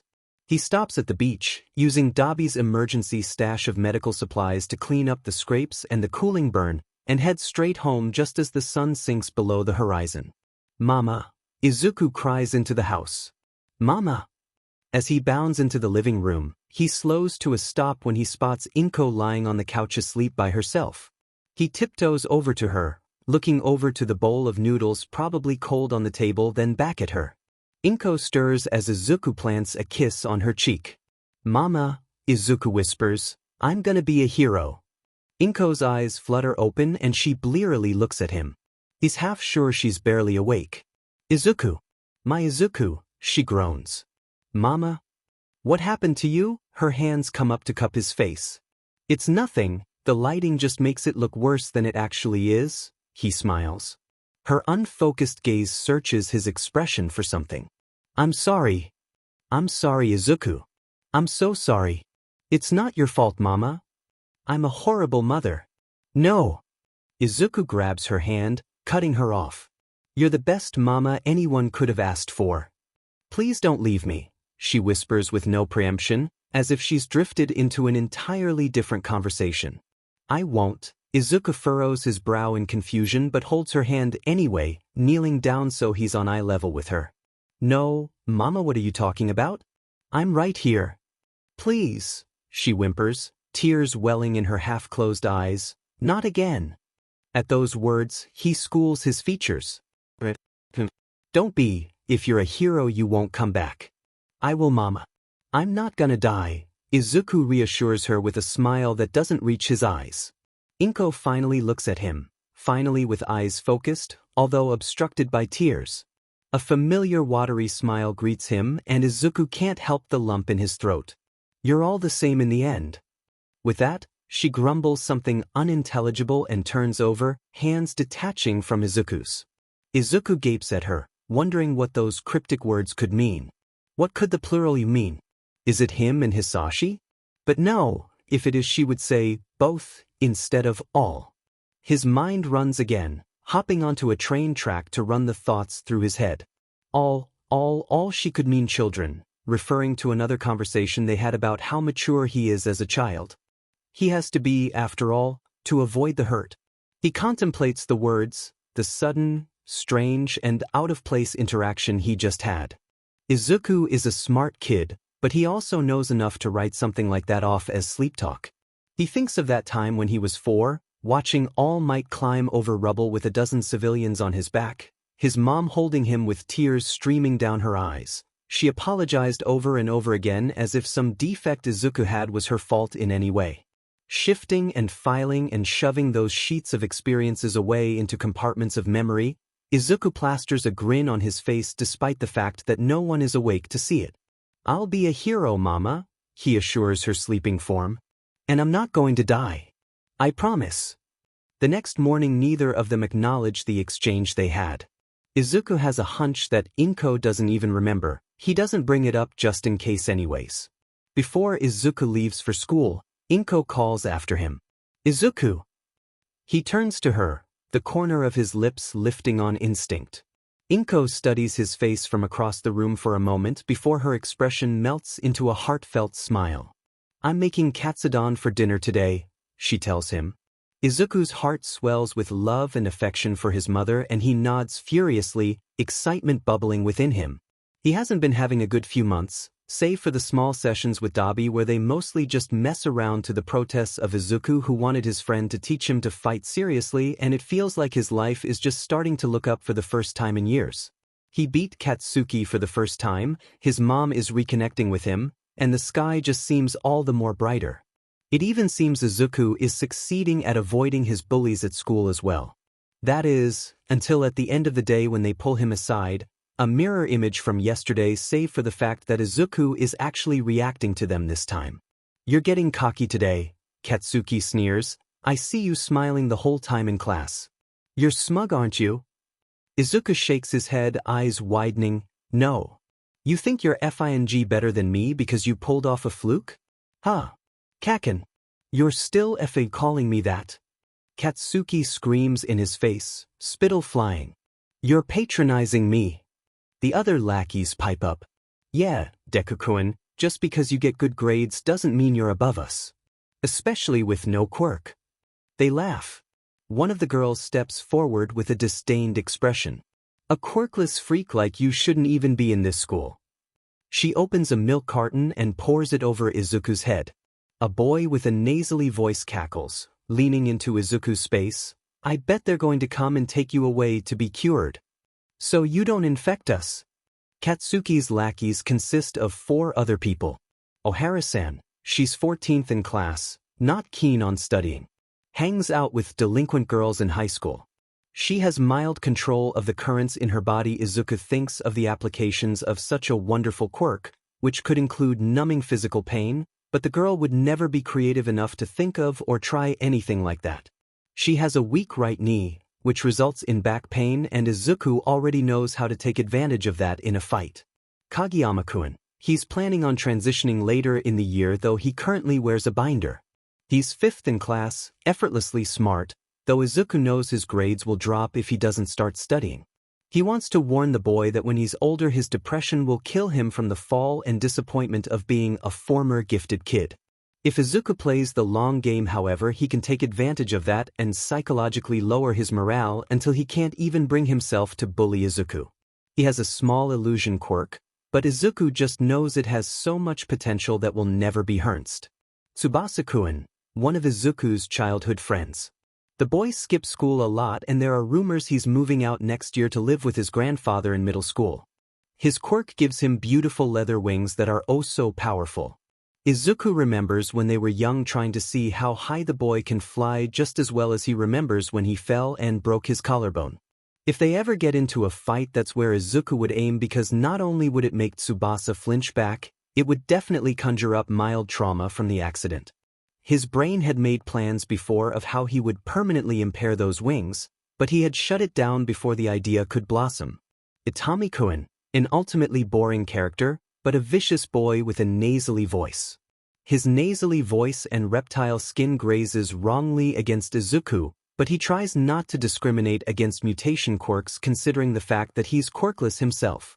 But even then, Izuku searched up weaknesses of reptilian animals when he was young, noting down how he can artificially engineer a cold environment that would ensure near cold-blooded animals would perish in. Izuku watches all of them with a sharp gaze, although disguised with meek espimsen to get them off his back as soon as possible. His mom's made katsudon, and he wants to get home as quickly as possible to catch her when she's still awake. Katsuki, however, sees straight through him. Why the F are you looking at us like that, huh? He growls like a wild animal. Bakugo Katsuki, his childhood friend. Really, Izuku doesn't want to blame him for putting him through hell in his school years.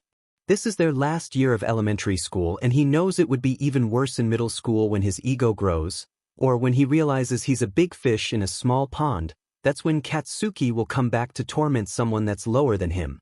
But Izuku doesn't blame him. Sure, he'll put up a fight, sodium carbonate or something alkaline that can neutralize nitroglycerin. He hasn't really figured out yet, but when the time comes he'll be ready. But he's not going to ruin Katsuki's chance of getting into a hero school. He's not a villain.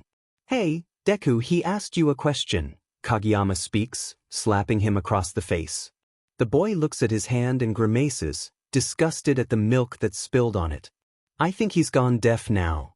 Tsubasa snickers. Or mute. Itami tacks on, nasty voice grating on Izuku's ears. Like a coward. Izuku doesn't respond. He doesn't. He should stand up for himself, defend himself. But it would be over easily if they get bored quickly. So he stays silent. Take some advice from me, Deku. Katsuki finally sighs forcefully, his tone indicating he's sick of messing with Izuku. You're nothing. Just because you know a few dirty tricks doesn't mean. You're never going to be a hero without a quirk. But if you want a quirk that badly, then take a swan dive off the roof. Don't finish that sentence. And pray you'll be born with a quirk in your next life. Izuku closes his eyes. The bullies laugh, but Katsuki watches him with hate. They leave and Izuku sits there, curling in on himself. Cowards make the best torturers. Cowards understand fear and they can use it. The manhole cover doesn't give immediately, but with one more desperate push the metal disc flies off, clattering against the pavement above, and Shinya slithers out, the sludge-like substance of his body spilling in a mess of almost liquid. Immediately, his eyes land on someone, a middle schooler, judging by the uniform and stature as the kid turns towards him with frightened eyes, and Shinya feels the telltale pressure of his sludge body splitting into a wide smile. The kid is consumed by shock before something snaps into place and they take off running, but it's too late as Shinya had already hauled himself forward and now consumes the kid whole, his sludge poking for orifices, prying the kid's mouth open forcefully. A medium-sized invisibility cloak, he mutters to himself gleefully, watching as the kid futilely claws at his skin, their fingers sinking through the sludge and grabbing no purchase. "Don't worry," he assures the kid as their wide green eyes turn up at him, "I'm only hijacking your body. It will only be painful for 45 seconds and then," he laughs, drawing out his next words, "it will all be over." Suddenly the kid's hand shoots out and strikes his eye, causing a sharp stinging pain as he cries out. Red-hot anger overcomes him at the kid's audacity, but he can't also rule out his own hubris, causing him to shove his face close to the kid in gloating. In response to the strike, he tightens his hold on the kid and drowns out their muffled screams. In a few seconds he would be rid of this annoyance and, "Everything is okay now, young man." Shinya spins to the voice, his grip on the kid slackening as he sees the hero silhouetted against the bright light shining in from the other end of the tunnel. "I am here." That's all he can describe it as. Shinya remembers years ago when All Might debuted, when all he did at the time was look up to the hero. If he had still been a kid back then, he would have gone into the hero business if it meant following his idol, but alas, he had a villainous quirk, one that before finding out he can control other people like puppets while they're unconscious was just an ugly blob of a mutation quirk that turned everyone's nose up at him. His dreams fell down the drain even further when the power got to his head, when he hijacked someone out of wrath and veered off into the path of villainy since then. After, the hero that he used to look up to so much became nothing but a symbol of his own failures, a reminder that he would have to live the rest of his life looking over his shoulder because he made a choice unacceptable by society's standards. The blow is expected, but it doesn't hurt any less as the force of the gale sweeps him away, so controlled that Shinya's liquid flesh parts around the kid in his grasp and flies off. Another blow and he's escaping into a small prison, adapting to fit it the way he fills a person's body like water filling an empty container, spreading to all the empty spaces and sinking between their muscles to confine them to his hold. It's a tight fit and he struggles, eyes desperately trying to see through the bottle's clouded surface, peering out as the momentum of it swings around. He's placed somewhere dark, jostled only by the movement from outside.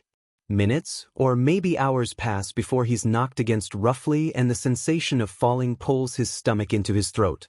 The sky closes in around him and as he looks down, maneuvering in the bottle, the ground rushes up to meet him. The impact is heavy, painful but not unwelcome as the bottle cap pops off and he's free. Izuku's idol apologizes. He holds off on asking All Might the question burning in his gut, instead plastering on a fake smile and politely bows before leaving, the wind whipping around him on the rooftop. There is steam just barely visible around the seams of the hero's being, joints creaking almost inaudibly. Izuku had averted his eyes as if he was seeing something he shouldn't when the hero turned to go. Izuku looks down at his hand and wishes for the pull that should come from the base of his palm right up to the tips of his fingers like a suction tube, just as Mom described it. He longs for the taste of ash in his mouth and fire spilling through his throat and down his tongue. He dreams of sparks flying from his fingers, matching his old friend blow to blow as if he had always been on equal footing. He dreams of lifting a building over his head to save one person as All Might had done, heroic in a way Izuku strives to be, yet cannot for the life of him reach. Midoriya Hisashi once told him a long time ago over a phone call, one of the years in his early childhood right after he was determined quirkless when his father did not visit him at all, that there was nothing he couldn't do. Quirk or not, you can steal the sky if you ever put your mind to it, my boy. Izuku sighs at that hopeful part of him that still believes his father, as if he hadn't lied on that very last night they were together as a family. Sure, he can steal the sun, the moon, the very stars itself, but right now he can't even reach a cloud, let alone be near enough to the stars to take them for himself. Izuku isn't stupid. He can put up an act all he likes, but he's not getting into any hero school without a quirk. But that doesn't mean he can't try, if only to test his own limits before he eventually drops dead. Izuku walks aimlessly, mind empty and void of thoughts until he hears screams, the familiar stifling smell of smoke stuffing his nose, ash coating his tongue, and suddenly he's back in the school bathroom, Kaken knocking him against the tiles and screaming in his ears, except this time Kaken's screams are raw and laced with a desperation that Izuku only sees in his own eyes when he's shoved against a mirror, silently asking anyone for help. Izuku's feet move on its own. The brat, that if-indie kid with a mop of green hair, he ruined everything. If only he didn't exist, if only Shinya had stumbled upon the blonde one first and not some quirkless useless kid, then maybe he would have gotten away, maybe. The kid's name is Midoriya Izuku. He finds out when he's arrested, police and heroes reprimanding the boy. Shinya sneers at their cowardice, scolding someone who is probably closer to All Might than those Diamond useless heroes ever will be. They're so useless they couldn't even let Shinya get away properly like the cannon fodder they are. The Midoriyas are not a difficult address to find, especially not when you're wearing the skin of a police officer and given free access to a database. He leaves the officer alive, not wanting the offense of having killed law enforcement on his record, especially when he'll be put on the radar even more than he already was after today's disaster, and he follows the instructions to the address, cutting through street corners and slinking between cracks to get there before the Midoriya kid so he can surprise him. The apartment complex comes into view and he bares his teeth as he slips between the cracks to climb up to the specific floor number. Izuku? A voice calls out as he opens the door, and he's even more delighted. A family member, and oh, would he be thrilled to take her body and watch the Midoriya kid suffer as he could do nothing to his own family's body. Or even better yet, he would make Midoriya watch Shinya take this woman's body apart. I made Katsudon just like I promised. Izuku? Shinya pounces on the woman that emerges around the corner only for a knife to fly into her waiting palm, its blade sinking into his eyes as he couldn't dodge midair. He screams, writhing and cringing away, and he's suddenly reminded of the Midoriya kid clawing at his eyes in defiance. "Get out of my house," the woman says, but her voice is shaky. She has the same hair color as Midoriya and he hates her so much. "You will pay for this," he hisses and lunges again, this time low and readily parting before the knife can sink into his slime, and he engulfs her whole, knife clattering to the ground. She struggles, though not as much as Midoriya Izuku, because by the time Shinya is halfway assimilated in her skin, she's fallen limp. He knows she's still conscious, but there's something unsettling about the way she gives up, unwilling to fight any longer. He holds on tighter, as if she's holding a trump card and only doing this to get him to let his guard down. He doesn't kill her. Maybe he'll make Midoriya kill her. At the thought, he giggles, the woman's voice turned deeper from his inflection. He sits down and waits. Midoriya Izuku returns with an audible click of the door closing. "Izuku?" Shinya asks in the same tone the woman used when he had entered. "I'm home," Midoriya replies, and Shinya can't help the flutter in his heart at the thought of tormenting this boy. Midoriya steps into the kitchen, placing his school bag on a table and glancing at the woman Shinya is wearing before looking back in a double take. "Mom? Is something wrong?" he asks, and Shinya frowns behind the woman's smile. Had he done something wrong? What gave it away? "Oh, it's nothing much, I'll tell you about it over dinner," Shinya replies with a light laugh. Midoriya watches his mother, his face expressionless. Shinya is starting to get worried, sweat gathering in the woman's palm. Midoriya breaks the tension with a smile and says, "You were starting to worry me." "Whatever for?" Midoriya smiles sweetly, picking his school bag back up again. "I'll tell you over dinner." Midoriya shuffles awkwardly before he goes, and Shinya raises a brow. The boy doesn't say anything, but Shinya waits patiently. After all, that's what mothers do, don't they? "Can you hug me?" Midoriya finally says. The woman's right hand comes up to cover Shinya's devious smile. How would the kid react, knowing that the last time he hugged his mom won't actually be his mom? That he would have to die knowing he never properly got to say goodbye to his mother? "Of course," Shinya answers, his smile melting into a sweet one as he opens the woman's arms. Midoriya comes, and he's just slightly shorter than his mom, not fully grown yet. Shinya sees his breath fan the unruly curls on top of the kid's head, blowing rhythmically until Midoriya pulls away, his face shadowed by the green mop. "I'll come to dinner in an hour maybe. I think your favorite show is on today." Shinya watches the kid go, flopping onto the sofa in front of the television. 15 minutes and he's bored, irritated, and agitated. 30 minutes and he sits up, clicking off the show and heading towards the rooms in the narrow hallway. He sneaks, slowly turning the knob on the first door and frowning when it doesn't open.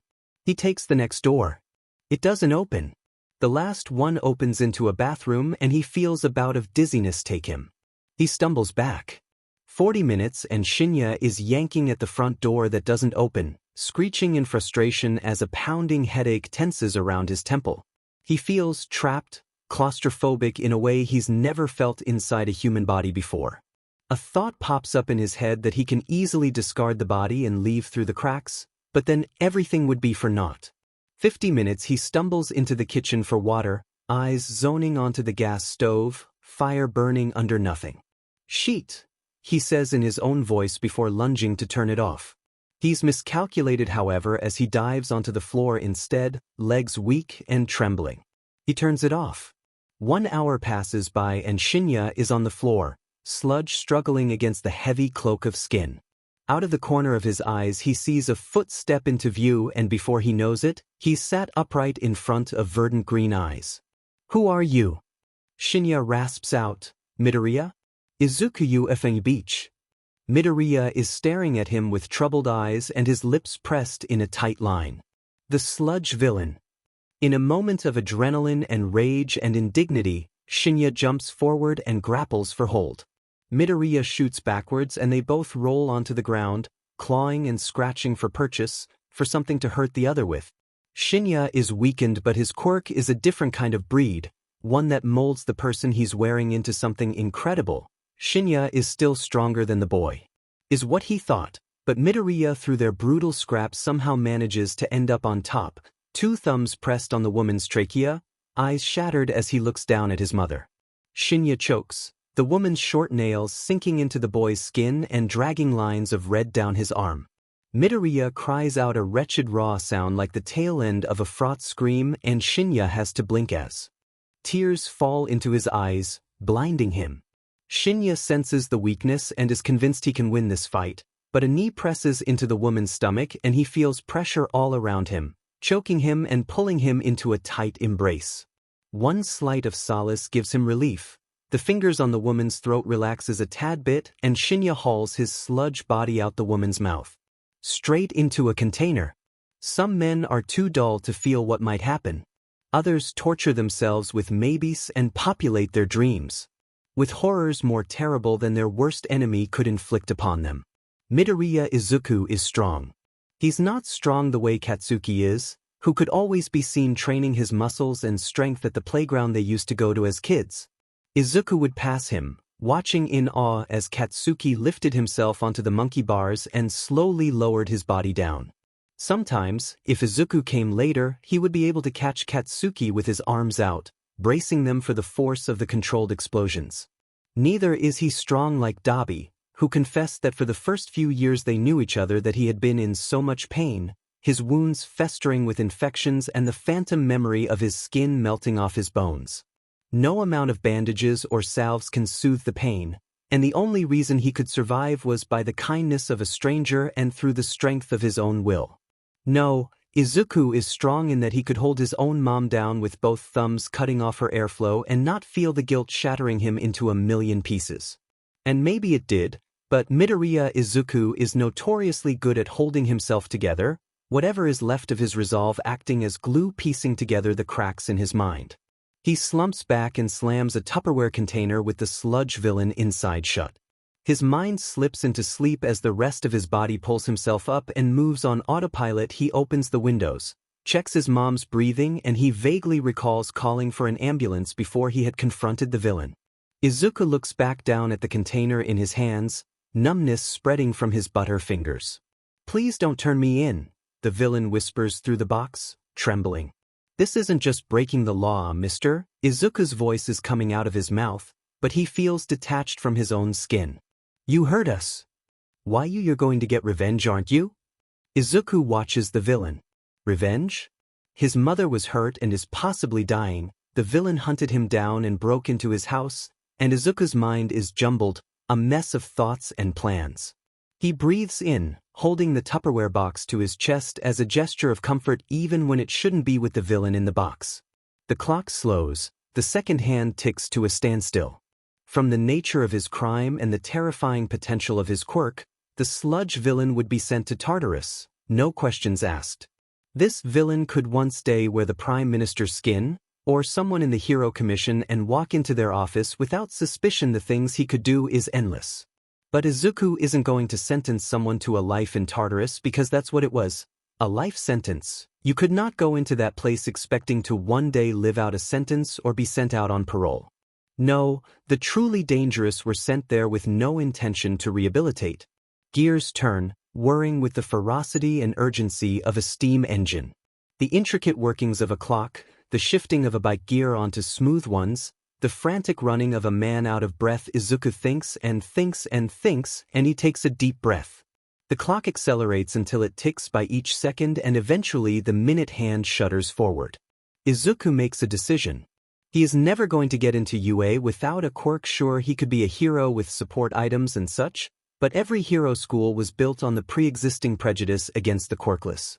It is never going to risk a backlash from the public for letting a defenseless student that could not only injure themselves but put the people they are supposed to be protecting into danger.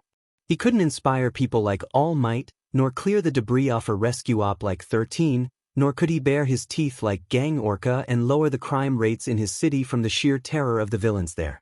He can't keep a lonely person company like Present Mike, nor apprehend a dangerous villain like Miruko could, nor does he have the resources to help the people suffering under the system like Ingenium does. Midoriya Izuku was just a boy with no power. He's already decided in that split second of a moment, rushing to prepare. He packs up his clothes, the bare essentials plus his favorite Gang Orca hoodie, and throws in what he needs. He's stashed pocket money collected over the years under a floorboard and carefully peels it back to grab other valuables a 12-year-old might have as well. At the top he lays down the Tupperware container and zips his yellow backpack up, donning a mask and a blue Sirius cap, complete with pulling a matching Wild Pussycats hoodie over the cap.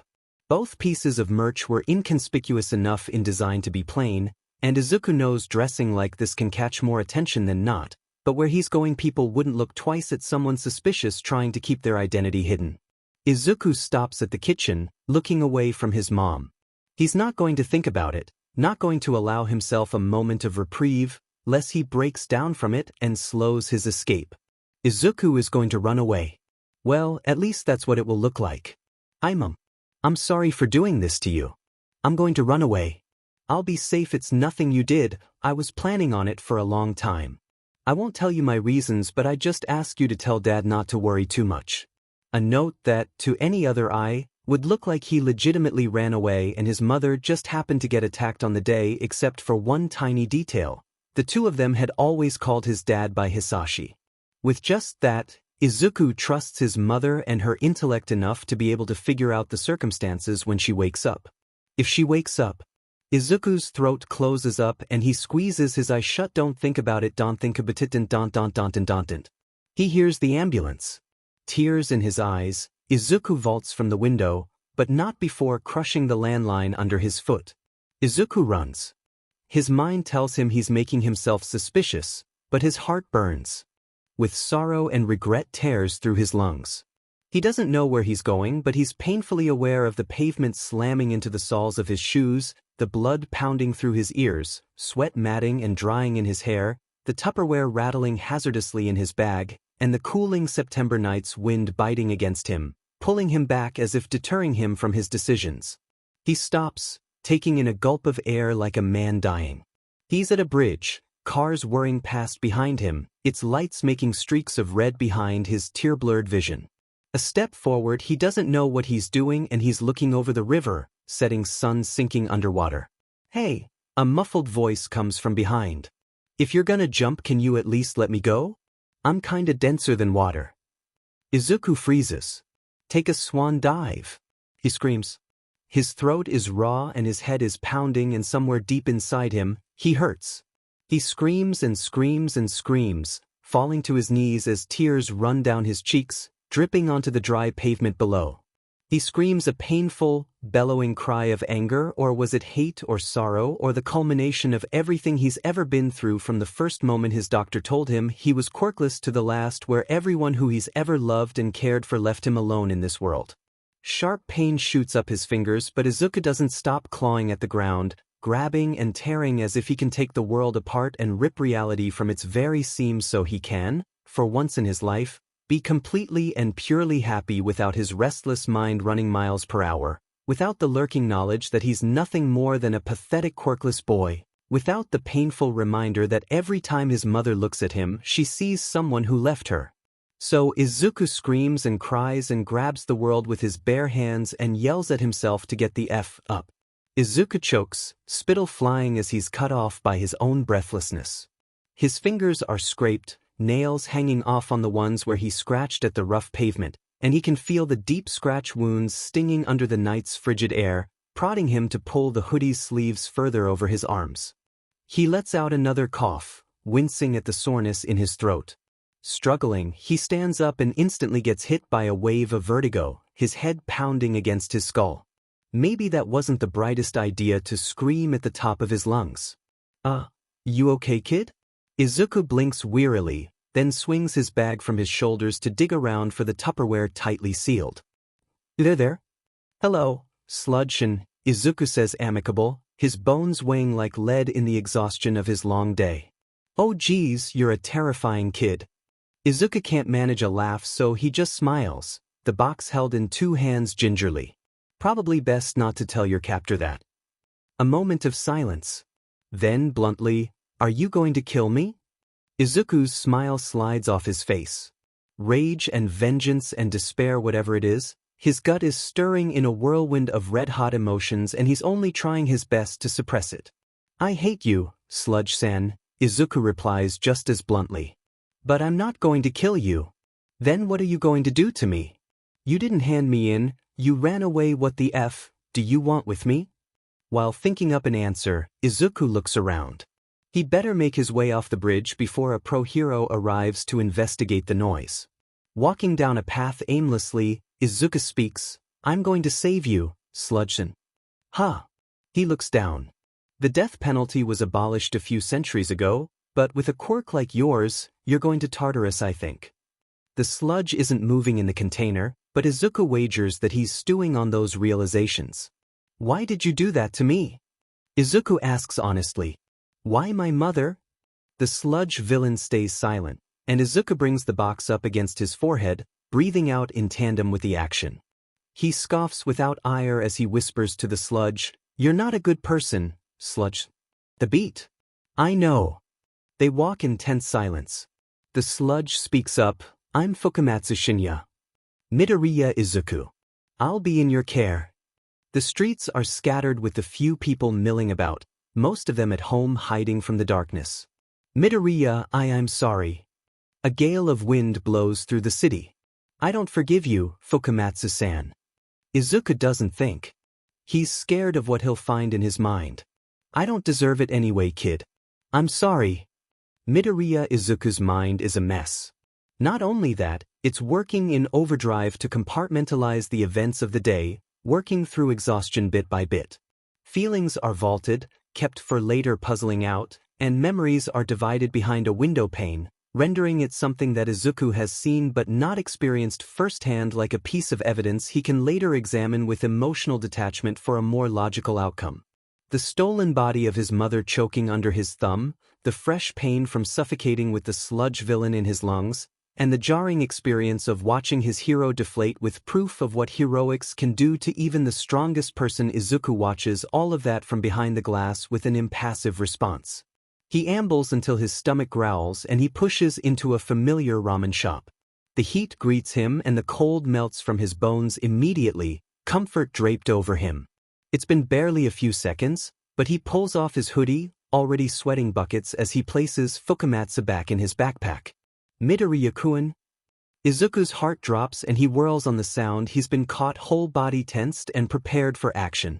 Instead, he sees a girl and he squints, trying to place her familiar face. His eyes widen. Takchan? Tachibana Yuki, his mind supplies, but with a much narrower face and softer shape. Izuku finds his lips splitting into a wide grin of joy. Aizawa Shoyuta sees the hunting hero hound dog trotting off the bridge. It seems that every hero in the vicinity had heard the scream coming from there earlier. Inui Ryo spots him at the same time and gives a nod as much as his animal head could. He gestures towards the bridge and turns back towards it, beckoning for Shoyuta to follow. What is it? It is the start of his patrol, but the scream had bled away any trace of exhaustion and had him rushing towards the source. Inui informs him he's already contacted the local police department to investigate and shows him a spot on the floor. Shoyuta kneels over it, squinting under the lights above the bridge. Spatters of blood but no other traces of crime. Can you track it? Shoyuta asks, to which Inui confirms he can. The hunting hero leaves him to the crime scene, off to chase the trail before it fades out. Shoyuta has come across scenes like this before, someone putting up a struggle while being kidnapped, a mugging, or even a scene of SXL assault. It's the tragic reality, so Shuta's always tried to detach himself from the victims if only to maintain a logical outlook as a whole, and also to stop himself from sending the perpetrator to an early grave. That's why it will be a long time before Shoyuta even thinks much of this moment. He will hand it off to police and never think about it until he's called to join the investigation. It will be a long time until his life collides with the unstoppable force that is Midoriya Izuku. People need stories, child. They bring us hope, and that hope is real. If that's the case, what does it matter whether people in them actually lived? Make yourself comfortable. Tachibana lays down a towel over the back of the couch, beckoning for Izuku to sit. As soon as he does, facing the open window of Tachibana's small apartment, he can feel thin fingers parting his hair this way and that. Have you settled on a color? Izuku hums, I'm thinking of just getting it bleached, then chalked. Chalk won't last too long though. It won't last long, but that's a good thing for Izuku, whose plans require no one to remember his face. It means I can change my hair color regularly. Thankfully, Tachibana doesn't ask questions that are too personal, but playfully says, "Oh, you're really trying to confuse people, aren't you? I prefer we call it tactical design." Thank you very much, Izuku huffs with a smile. There's silence as Tachibana gets to work, an expert thanks to her own dye job that colors her previously brown hair a bright orange. A beat and she asks, "Are you all right, Midoriya?" Izuku opens his mouth but no words come out as he processes the question and its implications. Yeah, he says as convincingly as he can, because he is fine, despite the events of the past few days, because his mind is advanced and he can't maintain the pride of his intelligence if he's going to be not fine because of a few distressing moments. I'm fine. Dyeing my hair just reminds me of someone. A friend. Why didn't you dye it with them? Tachibana asks, leaning over to get a look at his face. Izuku's mouth opens again in an O shape. Ah, he says simply. Maybe I could've. It's a lie because he doesn't know if Dabi will be there when he gets to the beach, and he doesn't know if he will be able to take the fact that his friend isn't there in his time of need. It's a selfish thought because there's no way Dabi could have known he was in trouble, but he's a kid, and he thinks he should be allowed to be selfish for once. He reprimands himself for that childish train of thought. To fill in the silence, Tachibana asks, "How old are you now?" 12. Why? She sniffs, "You don't speak like a 12-year-old. Izuku gasps in mock horror, "I do. Have you ever heard a 12-year-old talk about dyeing hair? Then how would you know what we sound like?" He's slipping, he knows that, but the smile and laugh that brought on Tachibana's face is enough for Izuku to relax into his mask. "Now you sound like one," she grins, teeth sharp but friendly, not knowing how much of a reassurance that is to him. "Almost like I am one." She mimes pinching his cheeks, hands gloved and speckled with dye. "Don't you cheek with me, you little brat, because I have the fate of your hair in my hands." "What are you gonna do, make my hair fall out?" Takchan. Tachibana bursts into laughter and Izuku lets out a cry of annoyance, flailing his arms. "A joke, ow." Izuku hits her arm lightly. "It was a joke. This precious hair of mine." He wanted to show Izuku his new piercing, another ring on his helix. It's an act of defiance something Endeavor would have hated, and while Dobby doesn't live under him, doesn't need to be afraid anymore, he still needs that reassurance that he is different, that he is his own, that he isn't his creation. He's free, but sometimes he feels his father's hold on him too tightly. Dobby is starting to get worried. Not only has it been weeks since he's seen Izuku, but also because usually if the younger boy was nowhere to be seen at Dagobah Beach, traces of him can usually be found around there tinkering on thrown-away hero support items, building computers, and all its parts of it shoved away into a half-buried car. No, Dobby has seen the news of the villain attack, so he opts to go to Izuku's school. Despite how much he despises Todoroki Tuya, he doesn't suppress the nagging fear that something has happened to Izuku, a brotherly instinct that's long since lain dormant when he died for the first time. He doesn't wait outside, not wanting to be arrested for loitering or be recorded as a suspicious man lurking outside and waiting for children. He doesn't see Izuku. Midoriya from school. Dobby's attention zones into that conversation, catching the tail end of a bout of laughter. They leave in a group, one of them blonde and angry, and a very familiar description that has Dobby burning inside walks ahead of the group and the others follow behind in their own conversation. "Hey Bakugo, do you think he'd actually offed himself?" There was mirth in those words and Dobby stiffens. The question was directed towards the boy at the front, but he doesn't respond. "I didn't think he would last this long, to be honest." "Huh, really? I thought he'd last longer." "Maybe, but he definitely wasn't gonna make it to high school." Bakugo spins around and yells, "Shut the F up." Even Dobby flinches at that, but he has to keep moving past the frozen group to avoid getting caught for following them. It's lucky for him too because the boy stalks off in a random direction without looking back, which allows Dobby to slink in between the alleyways and follow him under the guise of shadows. And corner him. Maybe it was the boy's yet to recede anger, or maybe Bakugo was just unaware of his surroundings, but he's so blinded he doesn't even notice when he walks into a narrow street with no one else around except for Dobby. Bakugo stops dead in his tracks as if realizing at that moment.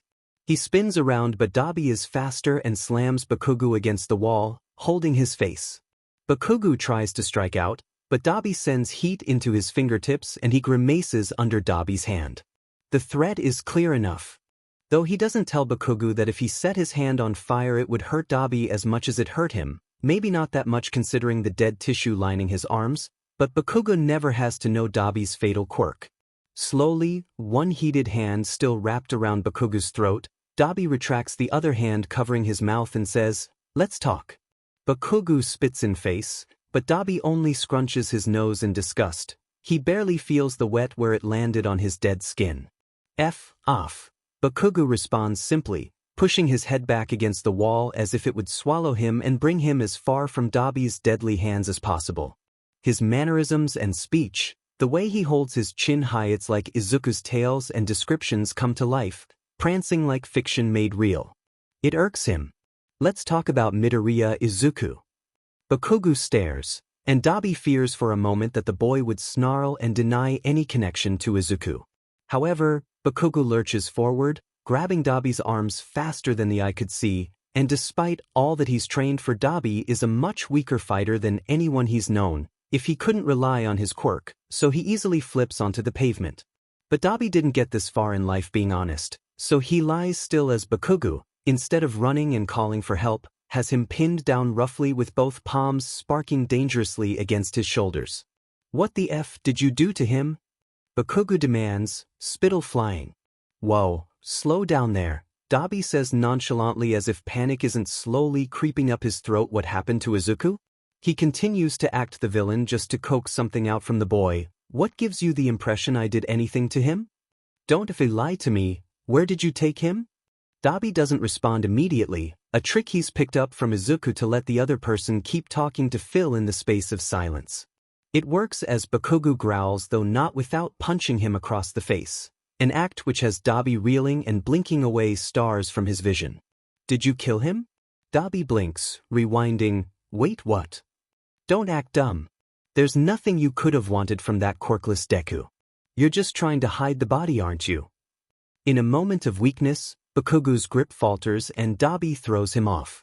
They scramble around each other, But Bakugu's stronger than him and Dabi grits his teeth before igniting the world in blue flames. Bakugu falls down in between them. What happened? Like I'd tell you. Dabi kicks the boy, ignoring the undignified yell that follows as he presses the tip of his shoes down on both of the boy's wrists, an unveiled threat.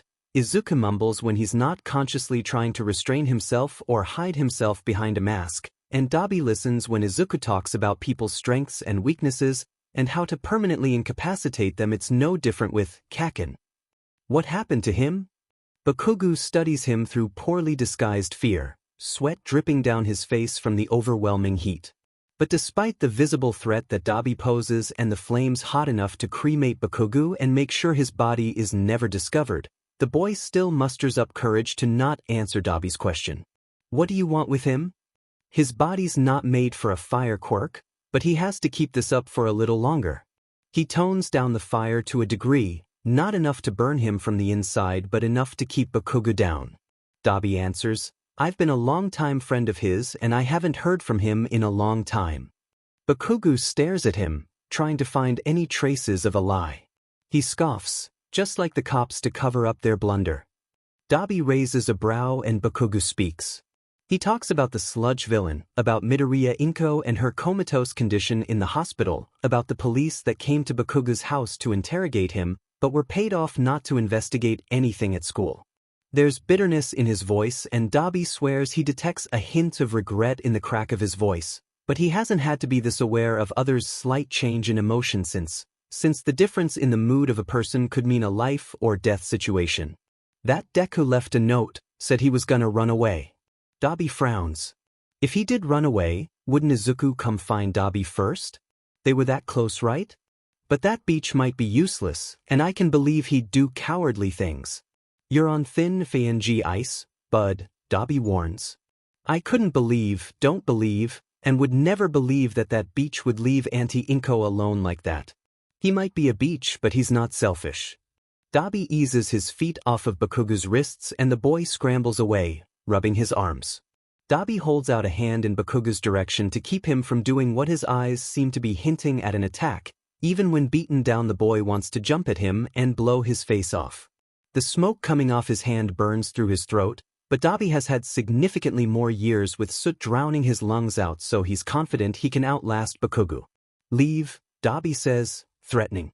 He feels wetness on his cheeks, though it isn't tears. You're a coward hiding behind your quirk? Bakugu spits back. Dabi shoots back. And you're saying you don't do the same? Bakugu freezes up, his muscles visibly locking. Dabi takes that as a sign he's going to attack and throws up a screen of fire. He's already given off too much smoke, and if he stays any longer pro-heroes are going to show up, so he takes that as a sign he should be leaving as well, hands coming up to wipe at the blood dripping from his peeling skin. The fire dissipates behind him, but he's already out of sight, leaving Bakugu standing alone in a ring of ash. Midoriya Izuku has more resolve than his small vessel can handle, but that only means he has to grow bigger for it. Right then, anger and determination bursting at the seams, Izuku jumps off of the first floor fire exit onto the back of an unsuspecting villain. The momentum carries both of them over and the villain, arms windmilling and a snatched purse flying out of their hands, smashes face first into the concrete. Izuku winces in sympathy behind his mask, but twists the villain's arms behind their back the way he's seen pro-heroes on the screen do it 100 times. The victim who got their purse stolen runs up to him, out of breath and panting furiously. Thank you, she wheezes, the victim to the most cliché exposition scenario of all time. This beach sure can run. Izuku smiles even though she can't see it. Anyways, I've notified the police so they should be here in a second. The woman blinks. How old are you? Facebook. He covers it up by shooting up into a standing position and bows in a carefully crafted persona. Don't worry, miss, I get that a lot. He doesn't answer the question and climbs back up the fire exit. He had called the police the moment the robbery took place, all the while following the villain through back alley ends and estimating his pathing to lay a trap, a successful one at that, so he should still be worrying about getting caught as a vigilante despite his lack of a quirk. He salutes the woman in a show, then disappears into the building at the sound of a siren. As he makes his way to the exit of the building on the other side, he ruffles his head of curls bleached with the help of Takchon and further sprayed a temporary pink to disguise his very noticeable brand of dark green turned black. He pulls his mask down and flips his Gangorka hoodie inside out. It was limited edition and hasn't been sold in a long time, so Izuku's going to gamble on the fact that most policemen checking the CCTV outside the building wouldn't be able to match the black with white accents to the white with black accents he switched over to. Pulling the hoodie over his head and shouldering through the door, Izuku whips out a burner phone and pretends to hold it up for a selfie, carrying an annoyed expression towards the disturbance in the alleyway over. After all, he's just a resident who's sharing with his social media friends that he's going out and has no idea there was a robbery where the 1 or 2 cops rushed past him without a second glance. Act like you belong and no one would notice that you don't. Izuku hums and fades away. It doesn't always turn out this smooth, especially when he first started to fight crime on his own and just skirted the edges of law. The first criminal he tried to fight was a spectacular failure. There's not much a skinny 12-year-old kid with no live combat experience could do against a much larger, much heavier criminal. He had set the sludge Fukamatsu down along with his belongings when he first went out in search of people to help, not trusting the villain to not escape and wreak havoc on the world once again. Izuku might be forgiving, he might seem naive, but he's not trusting enough to let the man who tried to kill him go free yet. It would require a lot of work, but Izuku has always been a hard worker, so what's one more burden? The first crime Izuku stumbled upon left him feeling sick. A woman cornered, the larger man grabbing her with ill intentions and a lascivious hand on his belt. Izuku, with his black surgical mask over his face, had panicked. Patrolling the neighborhood was one thing, walking around and feeling like a real hero out at night, but face to face with horrible danger, Izuku didn't know what to do with his hands. He acted brave in front of Tachibana and was confident with his newly colored hair that he could hide behind anonymity. Instead, he shouted, "Police! The perpetrator is here!" There was no police nor hero in the vicinity, and it wouldn't be difficult for the criminal to check that. However, the distraction served its purpose. The woman, tears of shame and fear and rage escaping down her face, kicked out, striking the man in his most sensitive spot, and took that moment to duck under his arms. The man screamed in indignity and the woman tripped. Thankfully, Izuku had regained his wits by then and caught her before she hit the ground, pulling her up in a rush of adrenaline and shoving her into the street. Without a look back, she scrambled away and shot down the road. Izuku ran in her direction, but was yanked back by his collar and he crashed into the wall, undignified. "You effing brat," the criminal hissed, hands grabbing Izuku by the collar and dragging him upright against the bricks. Let you be reminded that Midoriya Izuku's birthday passed not long ago and he should be studying on a school night instead of being out fighting crime. Let you be reminded that Midoriya Izuku was 12 at the time, not anywhere near his full height yet and still waiting to grow up. Let you be reminded that Midoriya Izuku is not invincible. Izuku grappled. He couldn't see through his tears, but he was reaching out, raking claws of sharp nails now the criminal's arm. A painful grip yanked his hand away and Izuku thought he was dying, choking as his legs kicked in futility. This wasn't like the time he fell out of a tree. This wasn't like the time Dabi stood behind Kaken with a vicious grin. This wasn't like the sharp clarity that tore through his mind with a vengeance when he saw a wrong smile on his mother's face, nor the snippets of confusion and calculation behind his mother's eyes when Izuku prompted her with lies, nor when he hugged her and sighed in relief when he felt her breath against his hair, her heartbeat against his chest. This wasn't the slowing of time around him, a train accelerating in between the still Polaroid of the world. No, this was brutal, Izuku's barest instincts overtaking him and adrenaline pumping as hard as ever. Izuku's mind went blank as he threw his kicking legs around the man's arm, the effort held by the core strength he trained in imitation of Kaken, and grabbed the man's arm with Izuku's other hand. In one desperate motion, Izuku snapped them the wrong way and the man dropped him, screaming. Izuku's victory was short-lived because not long after, he felt a vicious kick into his gut, air escaping his lungs and left him gasping, gulping for oxygen once again, his lungs winded pathetically. Another kick came, knocking Izuku's head bouncing against the wall behind him and back on the floor. His world was red and filled with pain, even with adrenaline, and Izuku couldn't see. In the present, Izuku's hand comes up to his nose reflexively, wincing at the thought of the blood in his nose and the broken face he sported for the better part of a month. He makes his way past Tachibana's apartment complex and heads down a tunnel. The tunnel has been abandoned for years by the city, but it's been repopulated since then with empty sleeping bags and crumpled tents that would occasionally house a sleeping person. The homeless wave at Izuku as he walks by, already settled into familiarity in the past month. He stayed there and became one of them.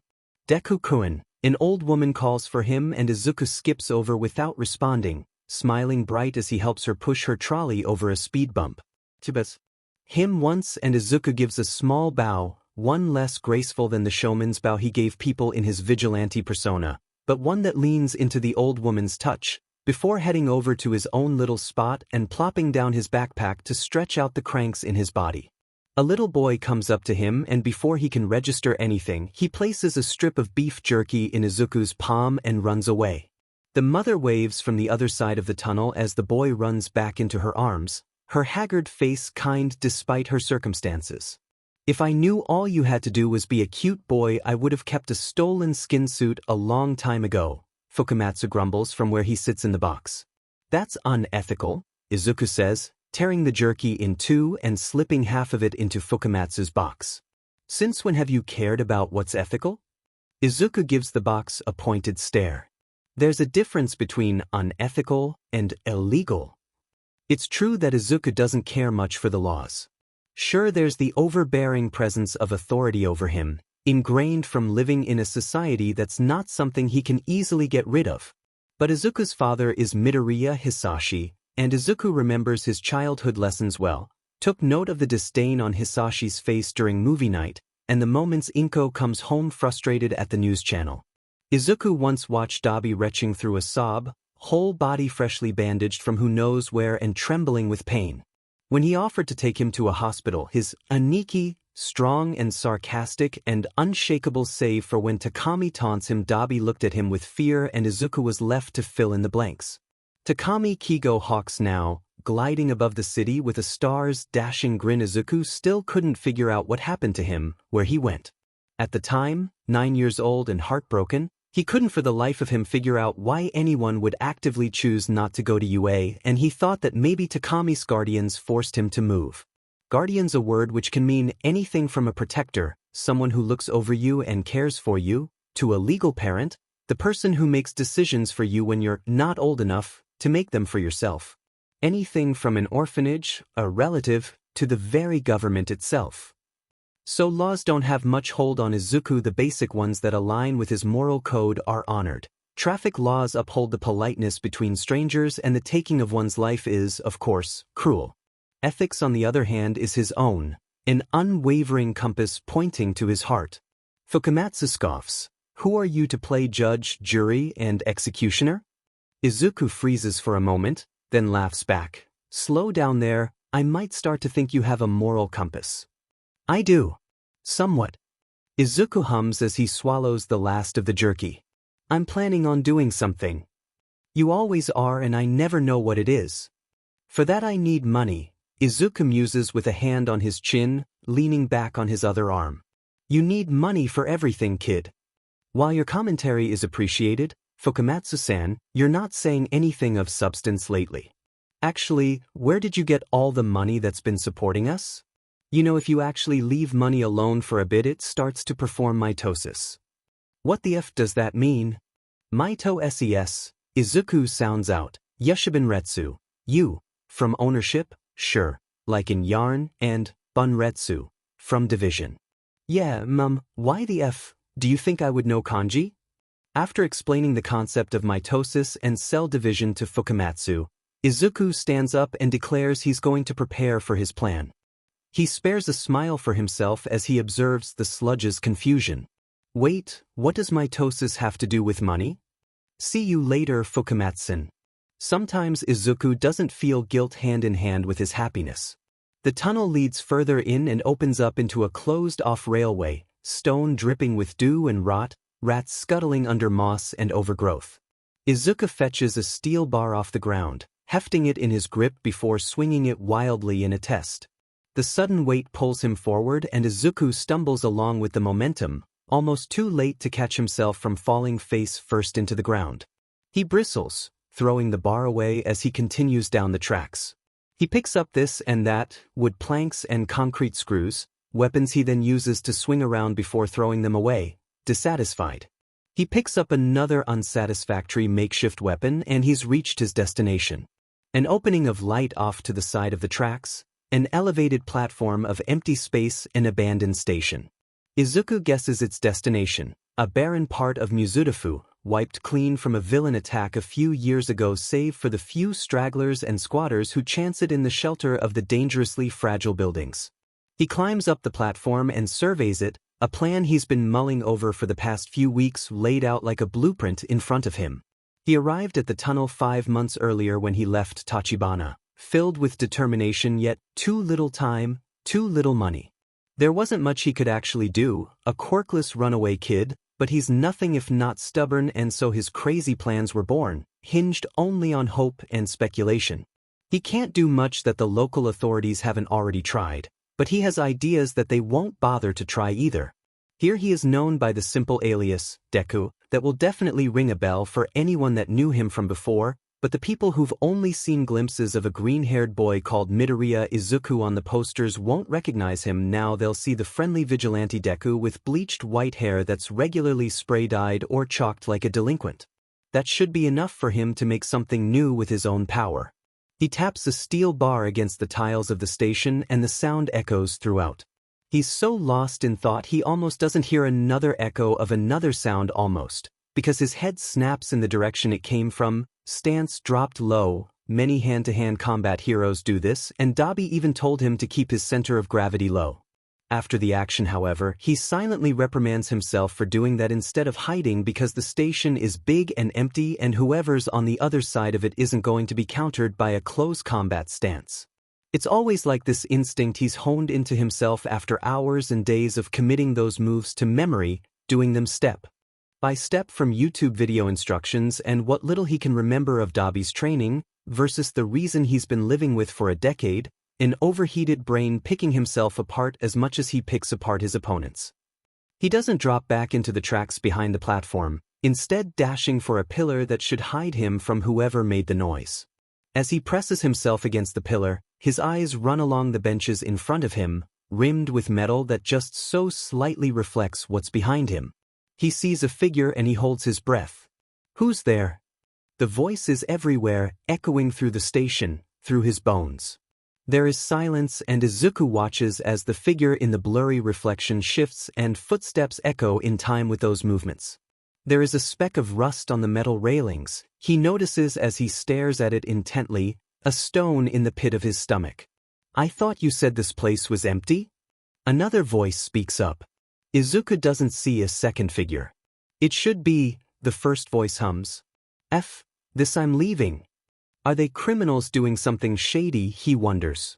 The stone is heavier and he feels like he's falling in a dream, though it's much more solid, more real. Can I borrow it though? The beat. The sigh. Yes. There's a shuffling noise and the rapid sound of footsteps, likely the second person running away, leaving one person left. Oh this, the person says, an impish glee in their voice, this will be fun. There is a ping noise of metal and mechanics. A shotgun reload. Izuku belatedly realizes just as he realizes the stone resting in his gut is fear. Let the hunt begin.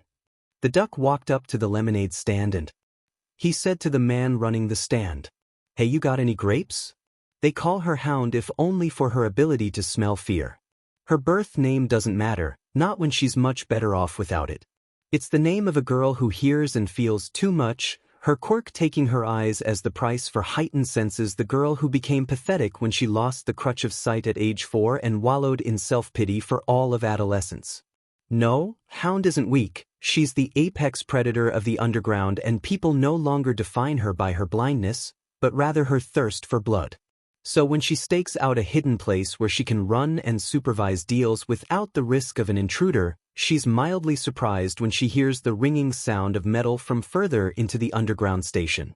Her head snaps in the direction of the disturbance and she feels the movement of air as the people she's hired to mediate, only if things go wrong of course, also turn to look in that direction. They wouldn't have heard it of course, but she rarely snaps to attention that sharply lest there was danger. What's going on? Hound hums but doesn't turn to face the asker when she says, just a little rat. Yeah right, another says, a boss of this and that who deals in this and that. Not her job to remember what goes on in the Farlands' politics. We're leaving. Wait. Hound ignores them, the ripples in the air indicating the arising conflict. There's the familiar smell of fear.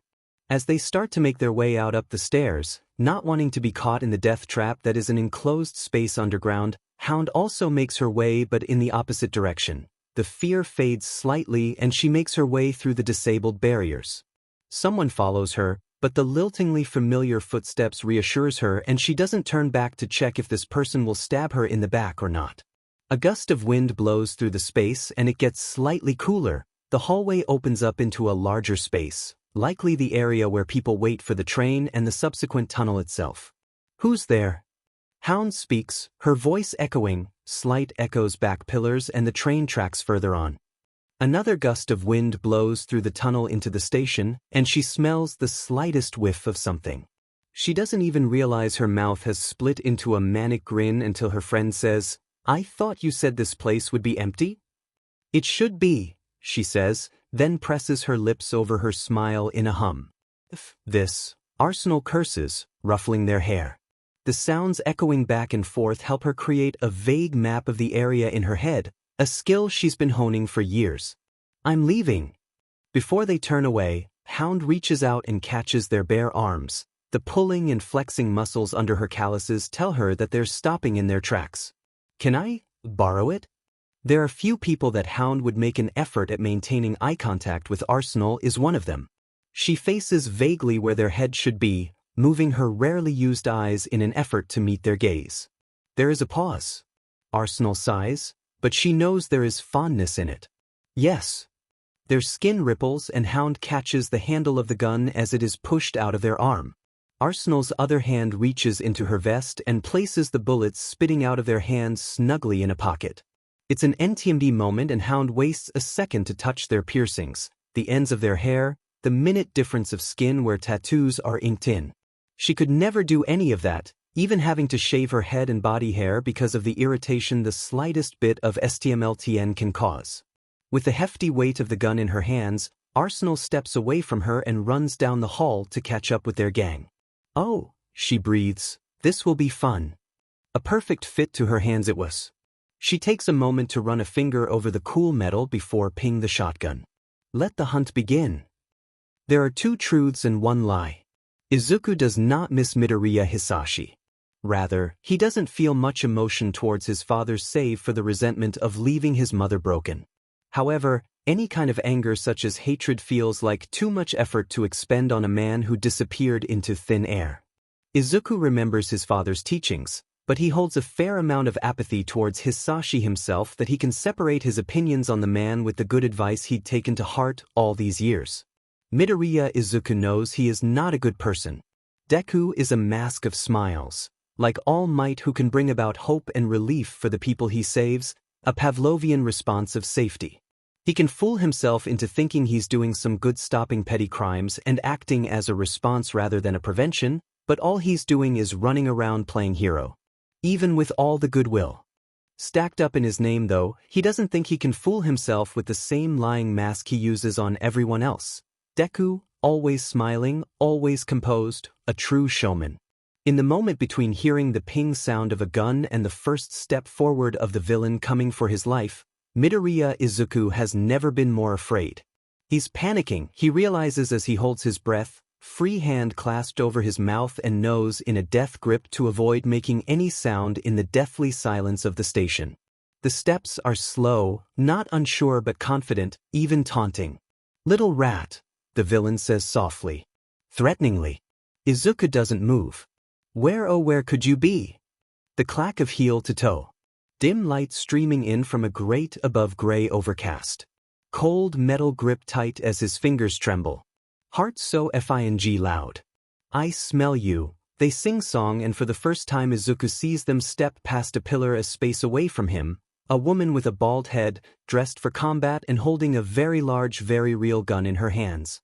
He doesn't dare breathe because he has to run to hide. It's a shotgun, right? It can't hit from long distance, but what is her quirk? Speed, strength enhancement. She's confident in catching me, but she's using a weapon, so probably not offensive quirk, or maybe sharpshoot. No, it's a shotgun. Her head turns and white eyes meet green. Izuku is frozen, instinct screaming to run, but his mind takes control and roots him to place. Her eyes are pale, no pupils to absorb light. Blind? She's confident enough to take on an unknown enemy by herself. Is she cocky or just skilled? This station belonged to a part of town that can no longer be called Mizudafu, instead a ruined and desolate wasteland. The Farlands, his brain supplies, and he's heard rumors of what goes on. Of course, working so close to the edge where heroes don't want to bother with, he has no choice but to hear about the business there from people he's saved and fellow homeless people. He concludes that she's skilled, a formidable opponent, one that he has no business being near. That she can smell him means she must have an aspect of smell enhancement, right? The hunt could hint to a quirk anywhere from adrenaline enhancement to beast transformation. Seeing as she's still human, he can narrow it down to beast-like senses. A predator. You're lucky you're downwind, little rat, she says and takes a step towards him. Izuku has the sudden thought that if she comes near him, he is going to die. It's more fun if you run. Izuku hits the pipe on the chair in front of him, and the villain has already pulled the trigger, a clanging booming sound echoing throughout the tunnel as the bullets and shrapnel fly into the chair. Izuku's already around the corner of the pillar, bolting for another hiding place. That's more like it. A ping sound and another shot. Izuku throws himself on the ground just in time to dodge it, and maybe he's got shrapnel in his back, but adrenaline is pumping through his blood and he feels nothing. Izuku clears the space to the next pillar and 2 shots ring out where he was, blowing the surface of the brick on the pillar to bits. He's no longer trying to keep quiet, heaving in breaths of panic and fear. Slippery little rat, do you know who I am? If you're here you might already know this. But I'm going to tell you anyway in case you've fallen in the wrong mousetrap. So you can tell God who sent you to them. Stutter. They used to call me by many names, the villain says, and there is no click afterwards save for the sound of her shoes. Predator. Hunter. Orion. 8 bullets. 4 shots. Izuku stamps his feet forward in a feint and the incoming shot blows off a chunk of stone from the corner of the pillar. A shooting game with a shotgun, huh? You might want to make yourself a smaller target. Izuku hears the villain moving closer and he runs backwards where he knows the pillar will block him from the shot. What he doesn't expect is for the villain to actually run and chase after him, appearing from behind the pillar and shooting at him. He feels cold spots on his back as he just manages to dive behind the next pillar. Touching the torn hoodie, his hand comes away red and he breathes heavily, staring at it in shock. He couldn't feel anything, but he has to finish this off before it comes back to him and finally incapacitates him. My name is Hound, little rat. And I can smell the fear in your blood as clearly as I can smell the adrenaline in it. 2 shots. Izuku throws the pipe as hard as he can out of his shelter. This time, she doesn't miss the predictable movement and blows it out of the air, throwing it off course, and the pipe lands, battered from the shot. 1 shot. Izuku can run, but Hound will hunt him. She will follow him to the opening of the tunnel where defenseless people sleep, and she doesn't seem like the person to waver at a measly life in the way of her prey. Or he can take the chance. 8 bullets. 4 shots. 2 bullets and 1 shot. 2 bullets and 1 stutter. He's going to die either way. He is going to get gunned down, head blown to smithereens of skull shards and brain bits. Or he can turn around. 2 bullets. 1 shot. 1 shot and Izuku is dead. Or 1 stutter and Izuku lives. But he isn't going to know unless he tries it. 2 bullets. 1 shot. Izuku darts out from behind the pillar and runs full speed towards Hound. Her shotgun is facing straight towards his face and his mind already thinks he's half dead, shutting down all thought, leaving him with his most primal instincts. The compartments, the information he's filed away in his head, the the steaming train it slips away until he's left with just the burning fear and desire to survive. Izuku has always lived to save people. He is alive so one day he can save someone else. Those thoughts have kept him going because he's never been truly afraid for his own life.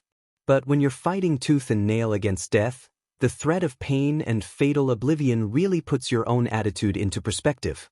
You want to live so badly you can't breathe. She pulls the trigger. The gun jams.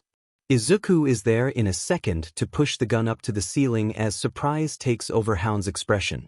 He ducks and sweeps her off her feet, only for her to grab onto his sleeve and yank it along with her. Izuku topples and immediately goes for the punch. It lands, but Hound's already flipping their positions over until she's looming over him, guns scattered to the side. Izuku tries to push up, but she pins him with one hand firmly on his throat, thumb pressed against his trachea methodically. He chokes. Clever.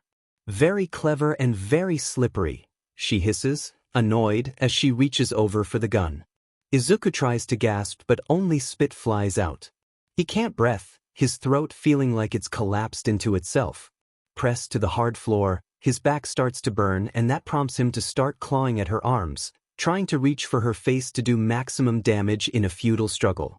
Stop squirming, you little runt, she sneers and lets go of the gun momentarily to grab one of his arms and wrestle it down to his side so she can pin it down with her knees.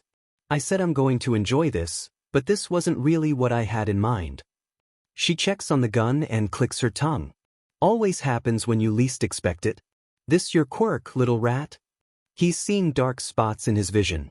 Doesn't matter. I'm going to enjoy myself some other way. Hopefully you don't scream too loud. She PPS the gun. Izuku swings his free arm up as hard as could and throws his hand into her open mouth. He grabs her lower jaw from the inside of her mouth and pulls as hard as he could, making her lose her composure in surprise.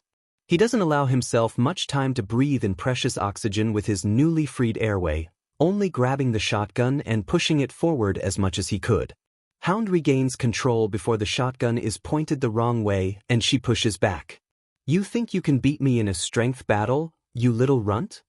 Her fingers are straining against the trigger where Izuku is pushing so desperately just to get the shot off and somehow work through that if actually he does. You're much more trouble than you're worth. Izuku can barely see through the black spots. No, his vision is just blurry from the tears. He huffs a hysterical laugh at the situation and he feels the weight above him even more in that moment.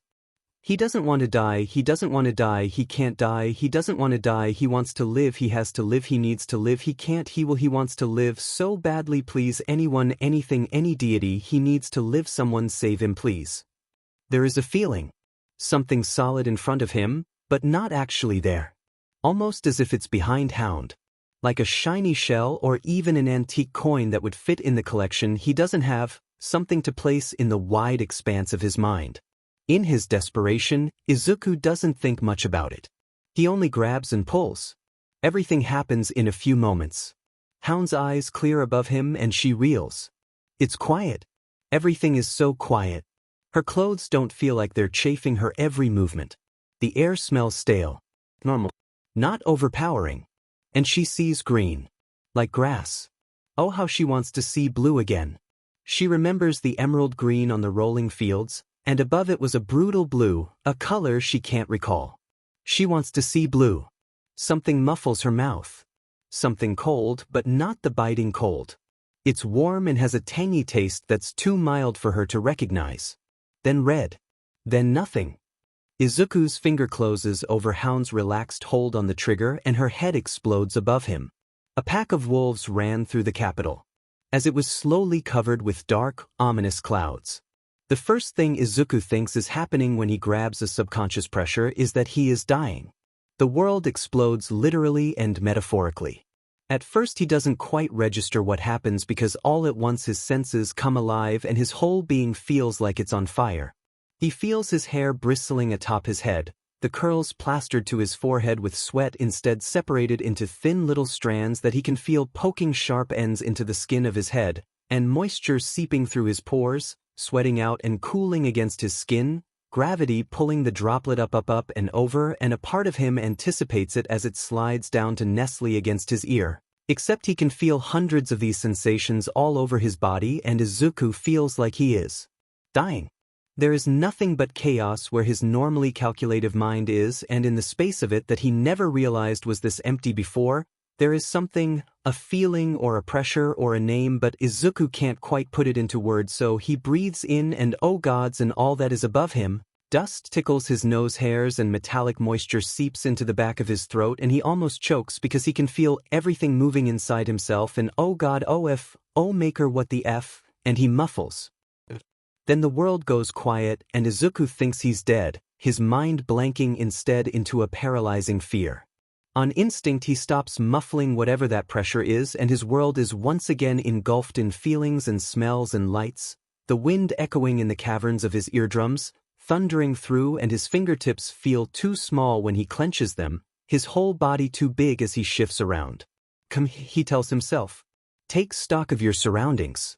He almost just died, and apparently this villain's quirk isn't just enhanced sense, probably not an invisible mutation then if she can inflict it on other people. An emitter is the most likely answer, and humans have always tried to classify things, but nature never wants to fit into neat little boxes.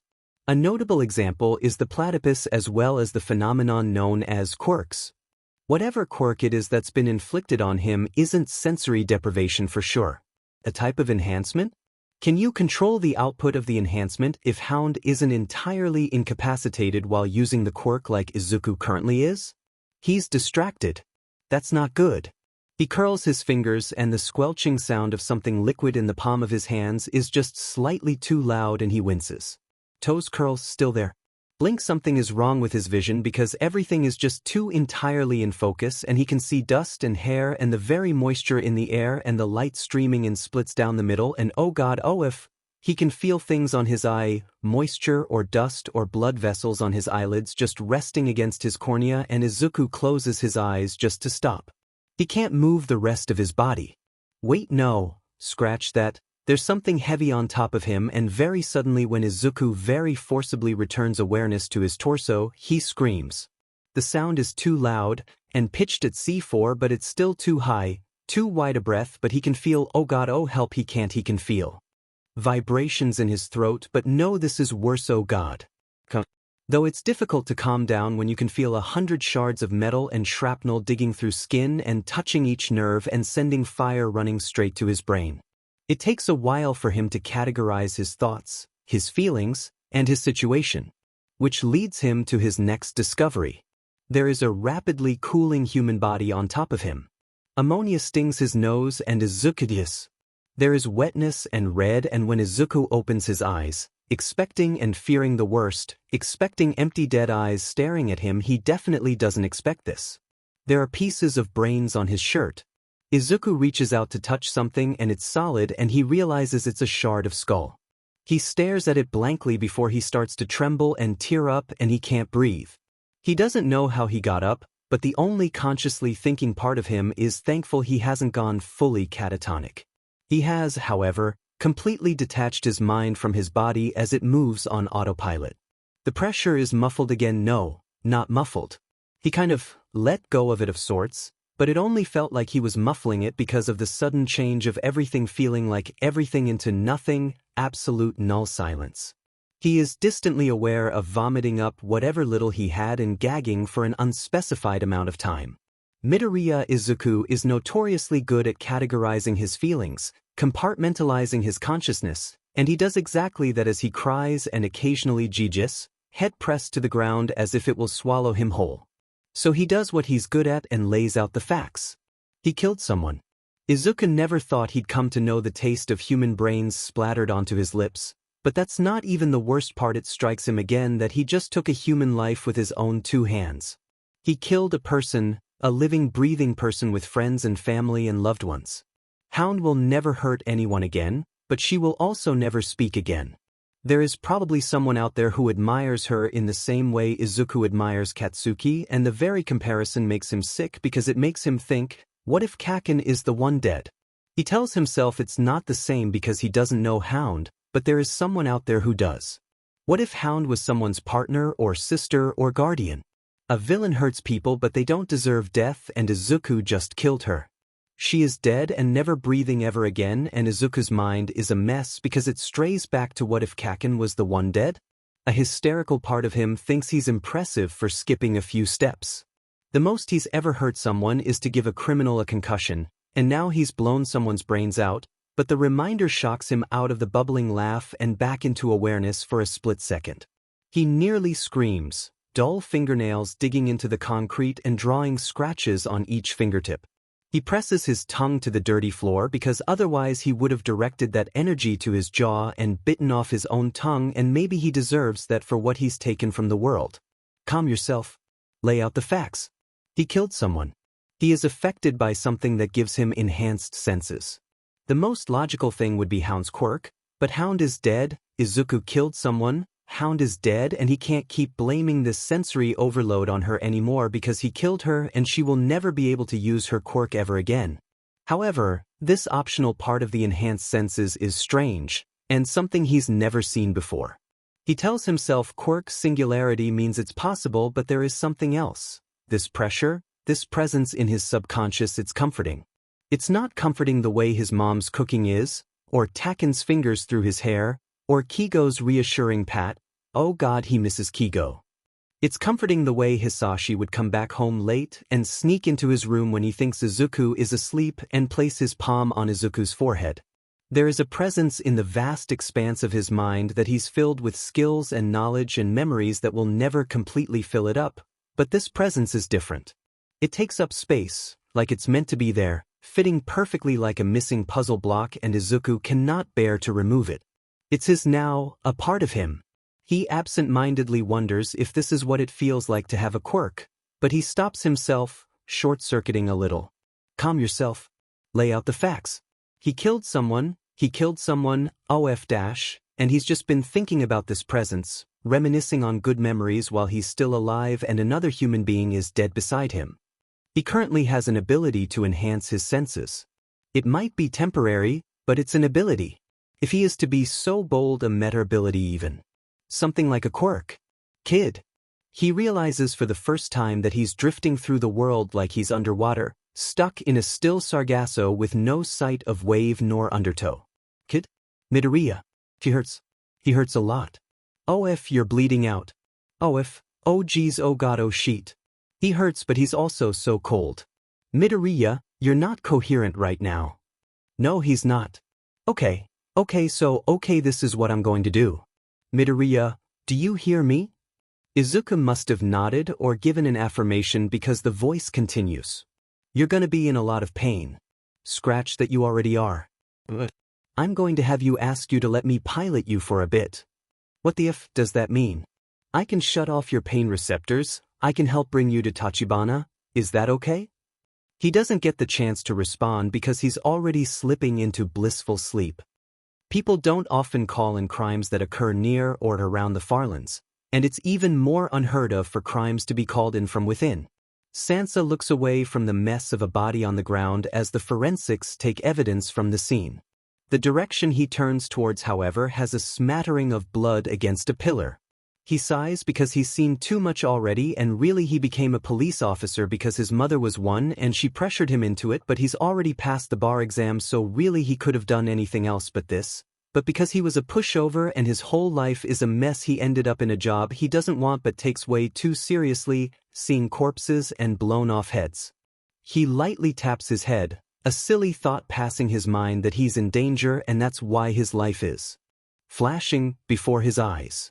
Anyways, Sansa spots someone and makes his way over. I thought you were busy. What are you doing here? Tsukachi steps up on a block the police have provided for the investigators and onto the train platform, taking his hat off as he does.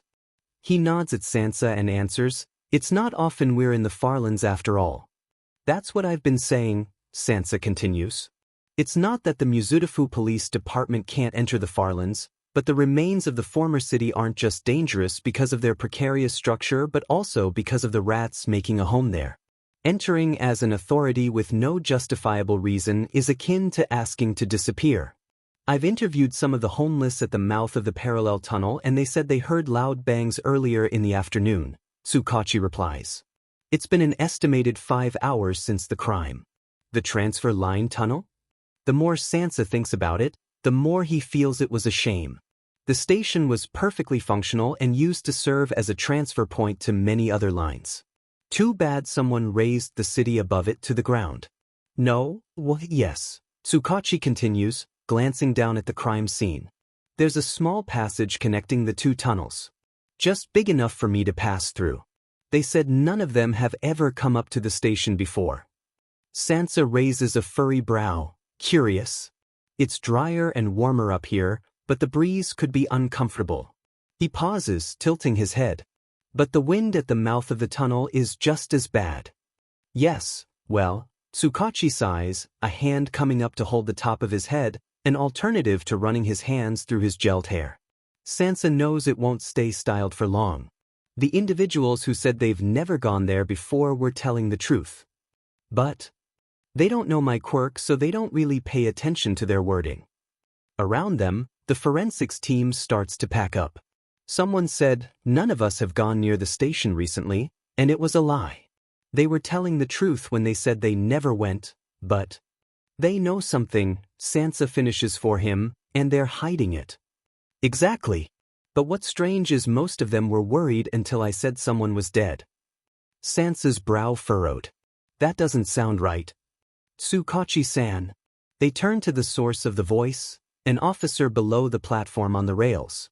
She gestures to someone behind her, dressed in a worn cardigan and beanie. Sansa follows Tsukachi as they make their way over, and Sansa surmises from the person's attire that she must be a local or one of the homeless. Can you state your name, ma'am? The officer says. Yuri Sanako. Her voice is quiet, subdued. Can you please relay your information, Yuri-san? Tsukachi asks gently. The woman hesitates, her eyes idly wandering to the crime scene, and she flinches. She seems to take a few seconds to gather herself and starts, there is someone we saw coming down here. Tsukachi's eyes widen and he whips out his notepad. He gives the woman a nod to beckon her on. We don't know his real name, but he's just a kid, and look, we didn't really want to get him in trouble, but he hasn't been back yet and I'm worried about him.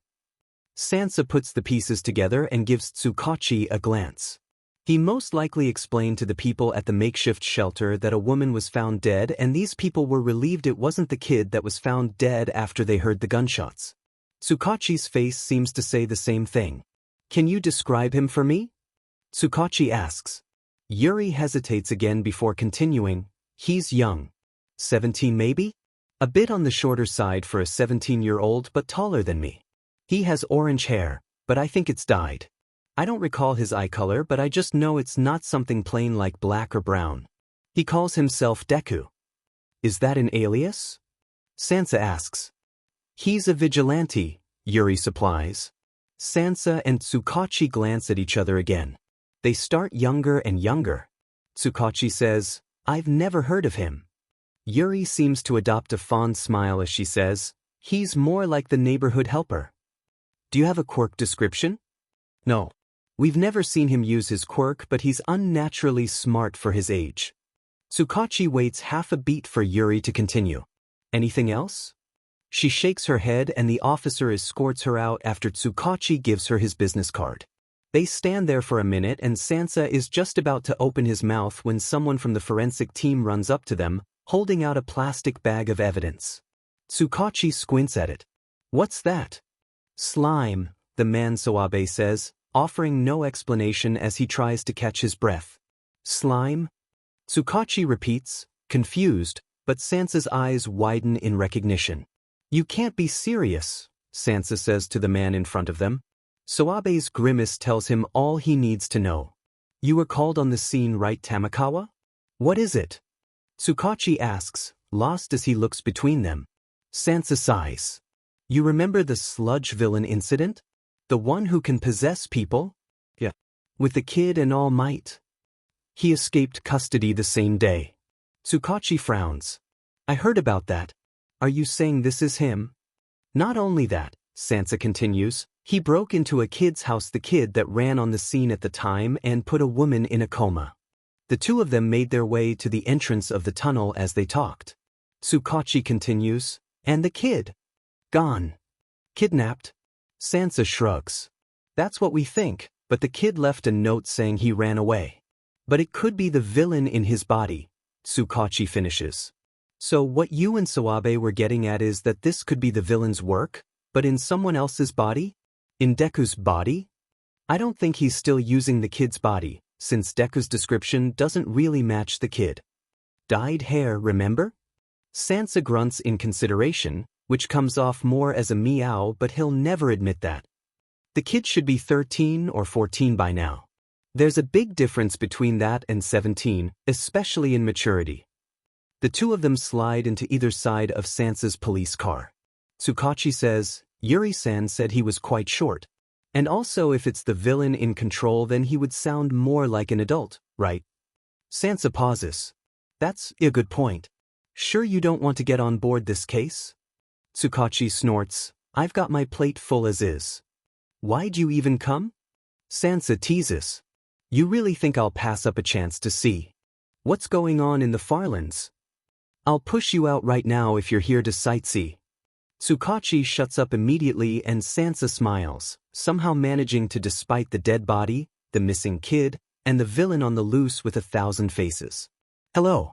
Ace here to ask, the people who have stuck with me, a question. I've been very not motivated because I've been so lazy with this story that it just kind of died out and there's not many engagements. And also my writing years ago does not do it for me. Can you believe I wrote this story before the pandemic? My laziness knows no bounds. I already had plans written out for this story since 2020, but I just never had the will to write it out on paper when it's already in my head, you know? So, I want to rewrite this story. Laughing face, I'll have the story still up, but I want to rewrite the first few chapters and fix its pacing, maybe alter a few things. I'm inclined towards it already, but I just want a general audience response to know if anyone is still interested in this story. I can promise future better quality, hopefully. However, it might be a long time before it's posted again, but hey, nothing can be worse than not updating for a year. I mean, it's guaranteed to take a while since I have mock exams coming up and real exams not long after that. And also coursework play for my drama A-levels.